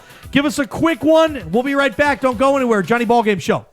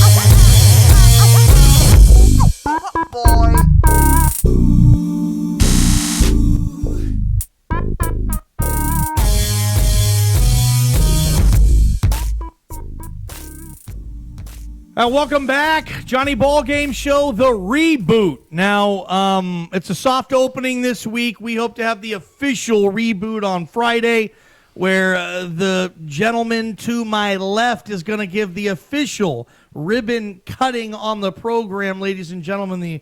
The mayor of Union County here on the Johnny Ballgame Show, great Caleb Sampson. Samsonite. What's going on, my friend? How you been? Hey, man, so excited to be here. Glad to hear you on the air again. It's awesome. Is it really? Yeah, guys at work were jacked. I brought it up on the computer. I had a watch party. Go to Facebook, have a watch party. Invite all your friends, everybody. Come on now. Appreciate you. Yeah, I appreciate the plugs. Are you gonna do? What are you gonna wear when you cut the official ribbon? Can we get like an online poll? Like, could there be something that we want to do there? Like just a kilt? Yeah. Like just the kilt, literally just the kilt. So you're just going to wear a kilt? Like topless. I come in, well, you might lose some viewership or, hey, one of the Like questions no is... clothes? Hang on. Whoa. You meant like just the kilt? Just the kilt. Like no shirt? like I'm Putin or something riding a horse across the river, topless. Oh, wow. Letting the guns fly. Yeah. Hey, Dodds, can you kill this music for me real quick? Okay. We were talking about this. You know, you've been paying attention to the show today. You were up to speed on the UFC and the MMA incident over the weekend where, I mean, folks watching this right now, it's like right behind you, dude. People in the MMA community, the UFC community were thinking, hey, don't stop that fight. It should have been, a Saved by the Bell situation. Dodsy, jump in on this because you're kind of my resident MMA geek over there. You don't think that fight should have been stopped with the dude's face looking like that? No, I don't. He got knocked out, but it was he was back with it quick, like super quick. If you watch the replay of it, he went out. I mean, he got hit hard, but there's been fights where it much more damage has been done, and yeah, there has. It's a cut, dude. And the dude was winning, right? Yeah, he was up. Technically, dude was winning. Everybody the says fight. he was up. Like yeah. he could have won Yeah. that fight if it went the distance. Yeah. It's just a cut. I mean, it's not like his brain's spilling out. Guys. Yeah, Really? it's a cut. I don't know. I think it should have been stopped because that's messed up, man. You're not going to stop that. It's only going to get worse, Dodsy. I'm going to hit that. If I'm a boxer, Exactly. or a fighter, I'm just going to keep hitting him in the There face was as hard 4 as seconds left in the fight. All right. So, yeah. I mean, I don't know. As a ref, Okay, you're reffing, Dodsy. How do you officiate this then? it's hard to judge, you know? I don't know. Because on one hand, I want to say that you have to ref the same all the way through the fight, regardless of how much time is left. But on the other hand, I want to say there was 4 seconds left. It's a toss-up for me. So so you let the guy lay on the octagon till the 4 seconds, and then whatever. No, he was up. So he was already up. He was already up. And you could have just said, okay, let's resume the fight. 4 seconds are going to go by real quick, and then it's going to go to a decision. And like you said, what's his name again, man? Alistair Overeem was going to win. Yeah. Interesting. Yeah, I mean, I understand that all the way. I'm looking at this picture. And I'm like, dude, when a dude's looking like that, for me, fight is over, guys. Yeah. It's over. Whether it's a cut, whatever, like, what do you guys want to call it? Like that, that dude looks like Cujo bit him in the face. Dude. He tweeted while he was getting stitched up, and he said, "Hopefully the fans feel like it was a premature stoppage." You guys agree, good or bad, for the UFC to have this? There's a lot of folks right now that don't talk about UFC. Yours truly, one of them on this show typically. We're talking about it on multiple occasions today. Just looking at that picture, and sorry if we're grossing out our chuckleheads. Dodsy's got that thing blown up. That's like Stay Puft Marshmallow Man size. Pretty gross. Does this help or hurt the UFC in your opinion?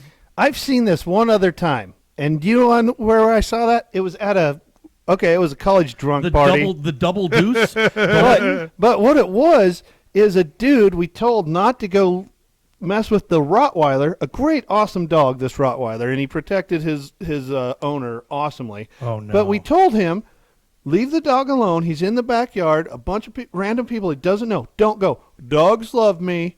He went out there, and his face looked just like that after he got done with the dog, and it wasn't the dog's fault.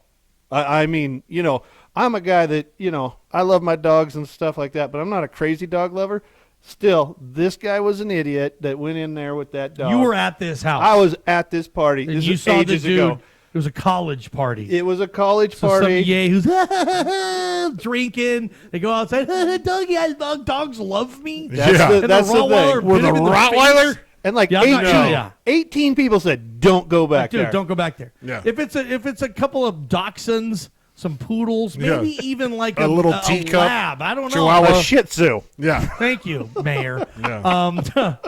I'm not going out there. No, So- Rottweilers. No, we don't play Protecting with Rottweilers. his house. It's his house, man. Right? Yeah, you're in his hood. Whose house? Rottweiler's house. Email, text messages. We can get to some of those on these topics. And I don't know, man. I'll just tell you this. for the dude, again, in my opinion, when the dude looks like that, Kyle, I don't see. Has Dana White commented on this? You know, I don't know. Has anybody said, look, no, that referee was in error of stopping that fight. He should not have done that. I mean, I can't kind of take my eyes off that dude's face, and it's like, holy stinking smoke, man. I'm looking right now just to see what Dana White said. You know. Anyway, you running for office, mayor over there. What's the deal with your candidacy? I'm not sure how the vote actually happens to be the mayor of Union County, Johnny Ball Game Show. But if someone is running against me, I definitely will start politicking harder. I try to do all that every day, all day. But just in case I need to step it up, I need to know if someone's running against me. There's a seat open. I don't know about that. Come on. The mayor. Hey, right here hanging out. Incumbent right here, son. Pretty cool setup, huh? Oh, no, this is awesome, man. Just coming in. So jacked that you're on there. Excited to be here. It's going to be awesome. It's going to be fun. Can't wait. Can't wait to see what happens. It's going to be cool. Can watch the show whenever, wherever. It doesn't have to be a 3 to 6 thing. Watch it in the morning. Watch it at night. Bluetooth your phone into your car. Most people have their phone attached Bluetooth to their car anyway these days. Press a couple of buttons. Go to Facebook. Go to Eastern Oregon Live. You go to YouTube, Vimeo. We're everywhere, man. Yeah. It took me a little bit, but I did get it linked up to the truck stereo. You did? Oh yeah. Good, so yeah. I didn't have to sit there and watch you while I'm driving. Yeah, so I remember could that. listen. Just Bluetooth us into your car. Most people are doing that anyway with Spotify and all the other things. I mean, we figured the future of this was on folks' phone. It wasn't on the AM radio frequency anymore for us, and we think we're going to be able to, let's give it some time, but we think we're going to get better than we've ever done in this format as opposed to, just being on that lonely AM radio all the time. Oh, no doubt. The other thing, Caleb, is we just need just a little bit of time to work out a few of these kinks with this, but we're also going to stream on the website eventually. We'll have a podcast. There's just a lot of really cool things that are coming, and it's going to take a little bit of tweaking and a little bit of playing with it, but it's going to be really cool. I'm excited. And this studio is comfortable. I mean, it was cozy, but it was a little tight. But this is a comfortable studio. You can come in, you can sit down, you can hang out. You can see people walking, getting some food and beverages across the way. Marketplace. Hey, I've been known to get a beverage there once or twice. It's all Imagine right. that. Shout out can to, you believe that? Shout out to Brent Clapp Media Services. That's where our cozy new studio is. I also want to let everybody know that when you do lose a loved one and you are saddled with making the further arrangements, make those arrangements with our good friends Daniels Knopp Funeral, Cremation, and Life Celebration Center. They're located on 7th Street in La Grande, Oregon. Huge supporters of this show. You can visit danielsknopp.com and make sure, again, when you are saddled with that, and that's tough. We've all lost folks, Caleb, and when you have to make the funeral arrangements or the cremation arrangements, make those arrangements with Daniels Knopp. They do good stuff there. Good people. Good people. You want to speak on behalf of them too? Oh real man, quick? Yeah. Lo and Carol, some of the best people I know. I've hung out with them multiple times. Went out to dinner. Just great people.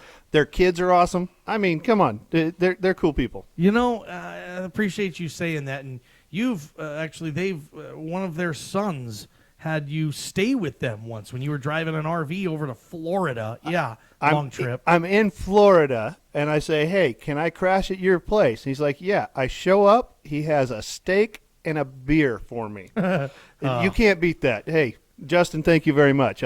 Very awesome dude. Great parents. They raised great kids. Also, if you're in Texas and need a rig, look up their other kid. I'm not going to say where he works. He's endorsing people in Texas, Yeah, Dogsy. Is there an election there coming up? No. How is this? Hey, this show is now worldwide. It is. There's going to be people in Japan going nuts for this. We do have listeners. I'm from, huge in from, Japan. From China, is what you say. not Japan, but Don't worry, Japan's going to come on board big. I think we have one in Japan too. Actually, we do. Yeah. We can tell where people are tuning there's in. like a whole bunch of countries that have like 1 or 2 people. I don't know if that's like. Hey. Yeah. Chuckleheads, man. Right. It's not just a Union County thing. Careers in sports don't always end well. Sometimes it's an embarrassing ending to a legendary career. I'm never one that tells an athlete when they should retire. You go out on your own terms. We've seen it in sports. I think we've just seen it in the form of Adam Vinatieri. His season is over as he undergoes a surgery that will not have him playing. I think we can all agree Adam Vinatieri is not going to be in the NFL next year. He came back this year and he's missed more kicks than any other kicker, and that's tough to say when you're talking about, at least for my money, the greatest kicker of all time. If my girlfriend's life is at stake and one guy needs to make a field goal, I'm going with Adam Vinatieri. So I hopefully not right now. Yeah. Over his career, Dotsie. Hey, Baby Doll's probably tuned into this thing. Hopefully not right now. Not upset here, but I want to talk about this when we come back. Where not all careers end well. Talk about maybe some careers that did or didn't, and where Adam Vinatieri falls in line on that. Again, shout out to Daniel's Knott Funeral, Cremation and Life Celebration Center here on the Johnny Ballgame Show. We'll be back.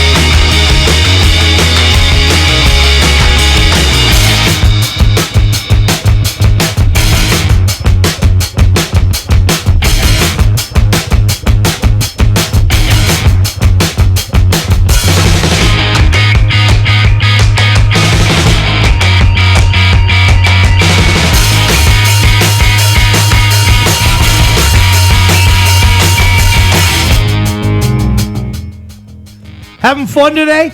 Oh, On a heck, Monday? dude, you can't beat it. All right, it's The a Johnny Ball Game Show? Hey, you know I love to buy and sell maybe more than anyone else out there in the world, and sometimes my buy and sells aren't good enough to even make the air. Hanging out with the mayor of Union County here on the Johnny Ball Game Show. We were talking about this. Okay, Adam Vinatieri. I say we will never see Adam Vinatieri with a helmet in an NFL game kicking a field goal or extra point again. It's over. Season-ending injuries or surgery. He's not coming back next year at 47. By the way, Adam Vinatieri was a rookie in 1996. What were you doing in 96? I had been married 1 year. Oh, my God. You were still married. I was. Caleb I got am married still when he was married. What do you mean 14. still? Yeah. Yeah, you are still married. Yeah. Yeah, yes, you got I married am. when you were 16. Oh, I got married when I was 20. I was 20 when I got married. And she was, please tell me, like at least 21. Okay, cool. Man, you're old. Yeah. Oh, dude, I'm way old. And she had to actually or get the bottle of champagne at the hotel we stayed Because at. you weren't- Because yeah. I couldn't technically grab it from the guy that brought it up. I ordered a bottle of champagne on our honeymoon night, and I couldn't even get it. Adam Vinatieri is done, though, right? No. Caleb's bold pick of the century is he'll be playing for the Dallas Cowboys next year. Adam Vinatieri is going to be kicker for the Cowboys next year. Yeah, why not? That's ridiculous, man. That's, Maybe 4 games in, but yeah, No. he's going to be a free No way. agent. He's going to be feeling good. People are going to put he's feelers out there. 47 next year. All he's got to do is kick the ball, and he's great at it. Like No you said, way. one He's of the not best. anymore. Is he not the Does best? he? No, he's missed more kicks this year than any other kicker in football. It's terrible Adam this Vinatieri is done. It's over. And kind of where I want to go with this, shouting out my boys at the LeGrand Country Club, a lot of legends, and Adam Vinatieri is an NFL legend, no question. A lot of legends, their career doesn't have a legendary ending. Sometimes it's sad. Like I've heard people, Dodsy, baseball folks, talking about Willie Mays playing first base for the Mets, and it was sad. Like, why is Willie Mays hanging on? Look at Phillip Rivers this year, too. Same case, kind of. Okay, Phillip Rivers kind of not ending well. I mean, in most careers, a lot of careers are like that. Like, think, I don't know, Larry Holmes getting his ass kicked by Mike Tyson late in his career. Just held on for the money. Muhammad Ali lost to Leon Spinks.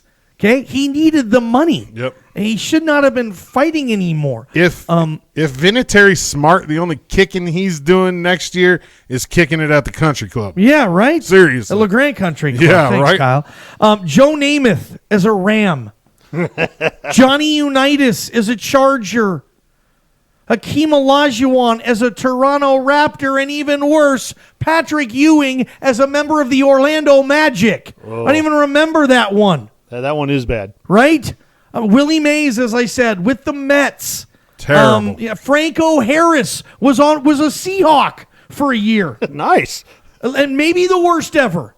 Maybe. No, you're not going there. You're not going NBA superstar. I'm going Michael Jordan with the Washington Wizards. I mean, right? I mean, what was going on there again? Oh, wait, come again, Hema? It doesn't end well, and I don't think. I guess. I mean, does that have to be brought up? I got a weird question. Did Dan Marino play too long? Because I remember watching Dan Marino, one of the greatest quarterbacks ever, not being able to move. Like watching him try to run hurt me. The thing about Marino is his final season, they went to the playoffs. Yep. They beat my Seahawks in the Kingdom. That was back when the Seahawks were in the AFC. Yep. And then they lost to the Jaguars the next week, got throttled. And then Dan Marino hung them up. So I'm going to say no on that. Okay. I mean, if you're still going to the playoffs, still winning games. I was at that game in the Kingdom. It was the final game in the history of the Kingdom. Dan Marino had a fourth quarter drive that got the Dolphins into touchdown range or field goals. Can't remember how they won it, but I sat there and watched it, and it ripped my heart out being close to there. But no, I don't think Marino held on. Tony Dorsett with the Denver Broncos. That's a bad one. Yeah, okay. Yeah, that was terrible. Okay, Bobby Orr with the Chicago Blackhawks. Even worse, Dodsy, for you. Emmitt Smith with the Cardinals. No, please, no. Right? I mean, That one was tough too. like Adam Vinatieri with the Cowboys. Ugh. Would That's that how many worse. how many He's people not does that doing it. kill? That's not happening, He ain't doing Mayor. it. No way. I'm just saying, hey, don't be surprised if it happens. I will be shocked if it happens. You gonna bet on? You want to bet on that? I'm not taking money yet. We'll see. Oh, hey, we'll bet lunch. We'll see. Come on. Give me 3 games into next season. We'll see where the kickers 3 are games into next season. Yeah, that's what I'm saying. In the 4th game, 5th game, Adam Vinatieri is a Cowboy. No way. Text message coming in, Johnny. What about Jerry Rice as a Seahawk? Whoa. Guys, I mean, guys, what do you think? We could do this all day. But I want to say Guys, something about the Jerry Seahawks. Rice as a Seahawk was pretty bad. pretty bad. It's pretty bad. That was pretty bad. But all the cool guys that the Seahawks ended up with, Franco Harris, Yeah. Jerry Rice. Yeah. Who else at the end of their career did like they dudes get? that were just they had Edgerrin James Right? for a little bit, I I think. forgot about Edge. Yeah, they had Edge for like a half a year. Other legendary players just pit stopping in Seattle. Jerry Rice. Wait a Who second. else? Did Randall Cunningham ever make it? Warren Moon did. I Warren Moon Moon. could still play. Yeah, and Warren Moon's awesome, but he was at the tail end of his career. I Yeah, want to say, but he didn't embarrass himself. Willie Mays playing first base for the New York Metropolitans was an embarrassment to Bad. baseball. They should not have let that happen. That would have been like Tony Gwynn Okay. going and playing right field for the Diamondbacks. Or DHing. DHing for the Devil Rays. Yeah, for Tampa Bay. Yeah, Basically Jose Canseco's career. Jose Canseco was trying to catch on. Come on, or Ricky man. Henderson. bonking balls off his head. And Yeah, doing all Tony kinds of Gwynn dumb is crap. a part-time DH for the Tampa Bay Rays. I got the epic, guys, and we're missing the boat What? here. We're missing the greatest athlete of all time who probably shouldn't have played another season. Who's that? Babe Ruth, Boston Brave. Okay. Yeah. I mean, Yeah. Boston Braves, Yeah. Babe Ruth. Babe Ruth, Boston Braves. He did. That was his final game. Probably should not have done Final it. year, he was a Boston Brave. And if Yeah, we had Ruth even did video, it, there's guys. no video of it. If we had video There's of that, probably video. you of it. think there's some kind of somewhere is screen video. there? Oh yeah, it was like Yeah. that was like almost 1940. Yeah, Something, there's video yeah. Oh, yeah, somewhere. there's video of it. And, We just haven't seen it because nobody wants to show it. It's got to yeah. be sad. I'm just saying it's got to be sad. I mean, it's part of the game. I just don't know how much you bring that into the discussion. For me, you don't. Okay, if I'm going to sit here and tell somebody about the Say Hey kid, what I know about him, Willie Mays, I'm not going to finish to the end and say, oh, but yeah, and by the way, he finished his career playing first base, the greatest center fielder ever. Finished his career playing first base for the lousiest team in baseball, the expansion Right. New York Mets, hitting $162. Oh. Or whatever it was. so what year was that? What year was that? Let Do me we have a year on yeah, that? Yeah, I can absolutely look this up. But, Because did Willie Mays and Nolan Ryan play on the same team? That's what I want to know. that's so nerdy, but I love it. That is awesome. Well, I could find out who some of Willie Mays's. That's another fun game to play. Like who were teammates with who? Like Third first year, degrees last year. The I or think- 5 degrees of Kevin Bacon, but with sports figures like Jose Canseco, What Wade year- Boggs, and Ricky stuff like Henderson's Ricky the best Henderson. one to oh, do yeah. it with. No, that would be a great one. Willie Mays played for the Mets. I want to say in 1973. 72, 73, right? He played 2 years with them. Oh, Well, Willie. no, So was Ryan gone by 73 then? No, the 72, 73 season. Yeah, no. He 72, played 2 73. years with the Mets. Oh, yeah, he did. He hit 238. Nolan Ryan was already gone, right? Okay, that was the 73 Mets and let's go 72 Mets Let's see. and see if Willie Mays was a teammate of Nolan Ryan. Tom Seaver was obviously on that Yeah. in that pitching rotation, and Nolan Ryan must have been with the California Angels Yep. by then. I don't see Tug McGraw though. How about nice. this? Tim McGraw can say, "Hey, my dad was a teammate of Willie Mays." That's kind of cool. That's awesome. But, yeah, Willie Mays. Who was playing on that miracle Mets team that we had on the show? The 69 Mets. Or- That was yeah. Art Shamsky. Was he on that? Did he play with Willie Mays? Shamsky? Dude, that was a great interview. That guy was cool. Want to bring him back on? Yeah, absolutely. He was fun. Yeah, Shamsky was not on that team. No, No, he was gone by then, I guess. that was a But, heck of an interview. Yeah, that was fun. We'll bring him back on. But yeah, Willie Mays. What sport does it look the worst in? Like, for example, Akeem Olajuwon with the Raptors, Willie Mays with the Mets. There's basketball, there's baseball, like football. I mean, Johnny Unitas wearing the Charger baby blue. Joe Yeah. Namath wearing a Rams uniform was bad. Franco Harris with my Seahawks. Jerry Rice with my Seahawks. I'm trying to think what sport looks the worst for those athletes? I got to go baseball because there's so many games. That's the thing. It's just over and over again. And if you make it that whole season just terrible, I mean, it's bad. Yeah, okay. I'm going to say it's going to look really bad for a kicker. I mean, if you're not performing at the expected level, you're going to stick out like a sore thumb. Yeah, but I don't think you last. I think you're gone. I mean, teams now, they're not going to put up with a bad kicker for more than 3-4 games, right? They're going to get rid of that You're guy. going to look really bad for those 3 games. Yeah, but you're out. You don't put up with a bad kicker for 2 games anymore. No. Yeah, no. right now. That's the Charger fan over there. Right? Right? They've changed kickers musical Hey, chairs. there. Badgley's kicking pretty good for us right now. Oh, gosh, my Seahawks have had trouble with the kicker position for 3-4 years Myers now. missed an extra point yeah, last Jason night. Myers has been average at best this season. I'd probably say below average. Definitely. It's crazy. Good kicking. You know, when you have it, really be thankful for it. It's a tough position to get right, as you all know, too. I've gotten lucky with Mason Crosby as my kicker. Crosby's been but awesome. Yeah, last he year has he been. had a couple hiccups, and we're like, oh, no, it's done. He's over. Is You it know, time? we're thinking they're bringing another kicker, and they bring another kicker in, and he outkicks him. But and he's looking great this year. No whammies, you know. But, yeah, a kicker can ruin your season quick. How Quick. about Ken Griffey Jr. with the White Sox? That was bad.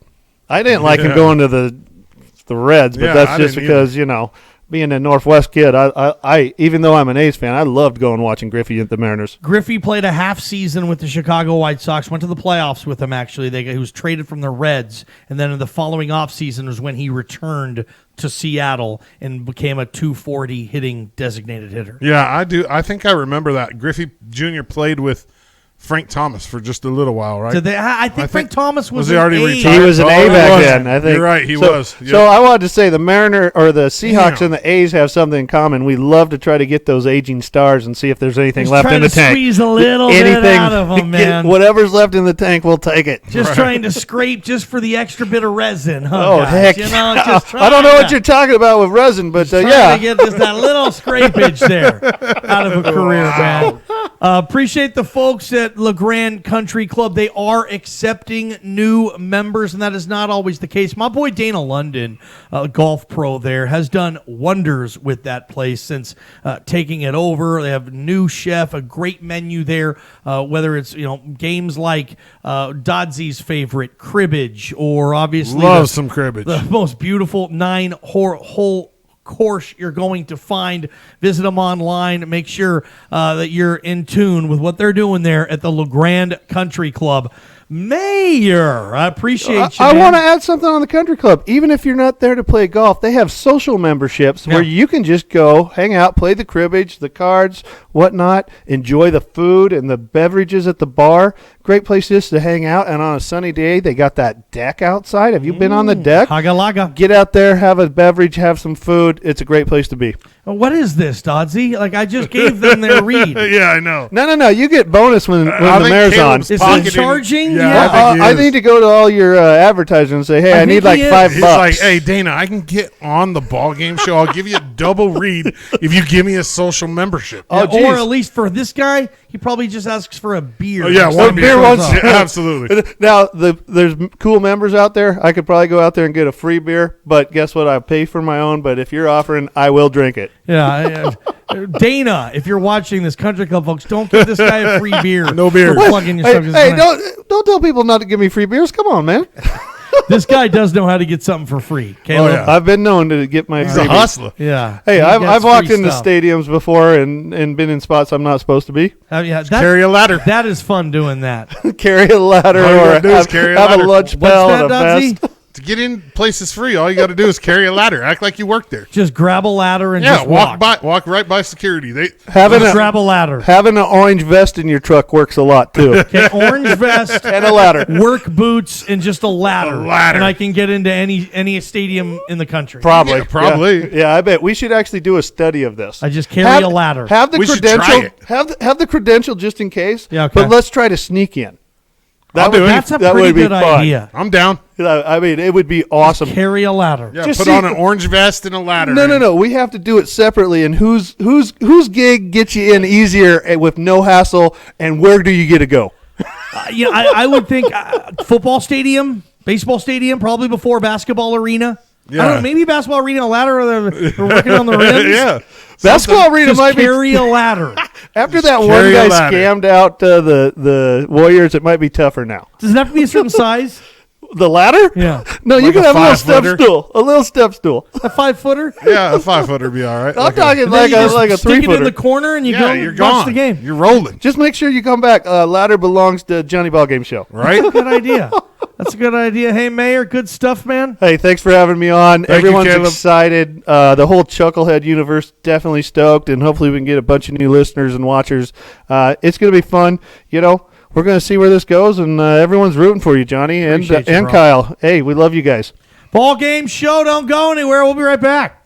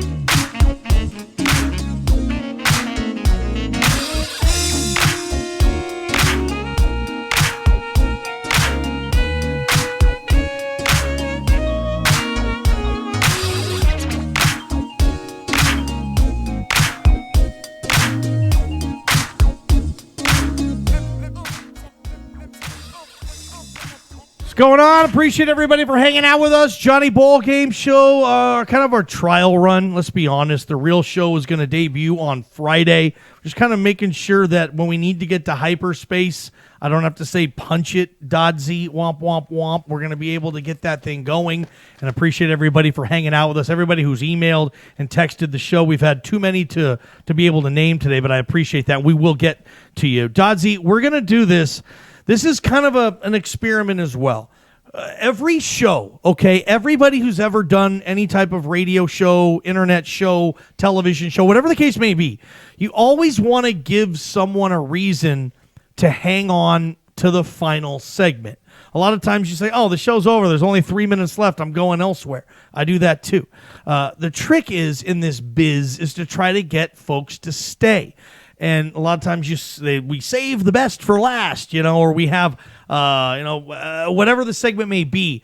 What we're going to do, we're trying to call this segment, You're Going to Burn in Hell, okay? And you're going to burn in hell. And this isn't anything to do with sports, but it can be. And we go around the net and we find folks who do stuff that they're probably going to end up burning in hell for. So, Dodsy, the introductory, the first time we've done this segment, you are going to burn, Dodsy, burn. Who do we have today? Let's get this thing going. All right, so there's a New Orleans man. I don't know that they've released his name. Oh, yeah, his name is Rory. What's his name? Rory Diaz. Rory. Diaz. Yeah, New Orleans, Do right? you know a Rory? Do you have a Rory in your phone right now? No. Me neither. No Rory in my phone, bro. Basically, the guy was arrested for, he acted like he was his 18-year-old disabled brother and put on a diaper. When the home health care workers showed up, he had them change his diaper like he was disabled to get aroused. So let's go ahead and just put a picture of him up there. And let's show him. Tell me what you think about it. Okay, so this dude had a brother with special needs who wore diapers and needed the health care community, whatever, to clean these diapers. This guy did it on purpose. He pretended to be his special needs brother and put diapers on. So these, I would imagine, I guess, women would show up and change his diaper thinking he was his brother. Yeah. Did I get that? You got that. You hit it right on the head. Burn in hell. That dude's going to burn in hell. Yeah. It's a bad one. Okay, I don't even know why I'm saying this. Maybe some people will laugh. Maybe some people won't. But do you think the guy maybe drank a little bit of Turbo Lax before he knew she was coming over to change him? Come on, man. Come on. Would you try to, I don't know. Would you try to give her a mess to clean up? Or do you want to keep it? Why am I even analyzing this? This is horrible. And this Yahoo is going to burn in hell. Who pretends that? Who pretends special needs? I guess, you know what? What we should probably say is probably both of them needed some help, to be serious, right? I shouldn't make fun too much. I really don't know the situation. Yeah, he probably has some he mental health issues. Obviously, his brother is certainly isn't the only one there with special needs. He had drugs in the house, too. He got charged with sexual battery, human trafficking, which has something to do with the people coming into the house. I don't know exactly. And then he got drug charges, possession, and drug paraphernalia.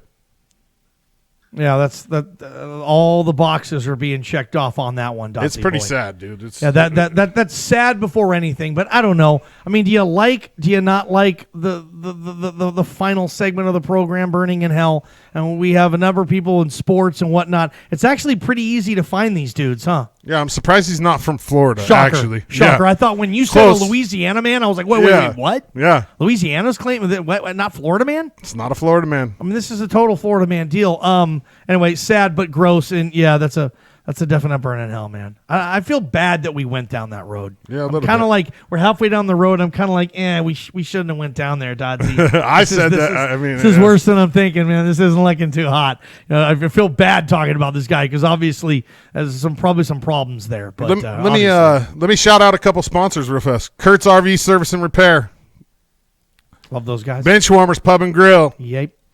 Farmers Insurance, Greg Blackman, GB. And that's about it for right now. I love it, man. Okay. Yeah, we're killing. Ball Game Show, Monday through Friday, 3 p.m. on all these social media platforms. Tomorrow we're going to be back. We're going to be better than we were today. That I can promise you. We're going to get all the technical difficulties out of the way. That's why we went on the air today. The show really gets started on Friday. We're just kind of doing a trial run Monday through Thursday this week. Yes, sir. Shout out to Chef Wally, Fat Guys Deli over there as well. Wally texted the program about 70 times today. So I need a Dodsy sandwich, Wally. Sorry, Chef. I wasn't able to read all 70 of those, but we love you. Ball Game Show. We're out. See you tomorrow.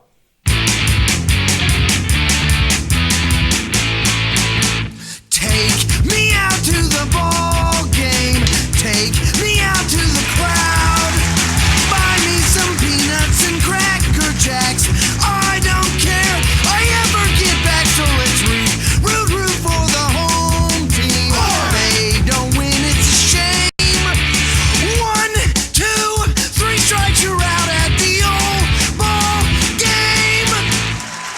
Johnny Ballgame Show.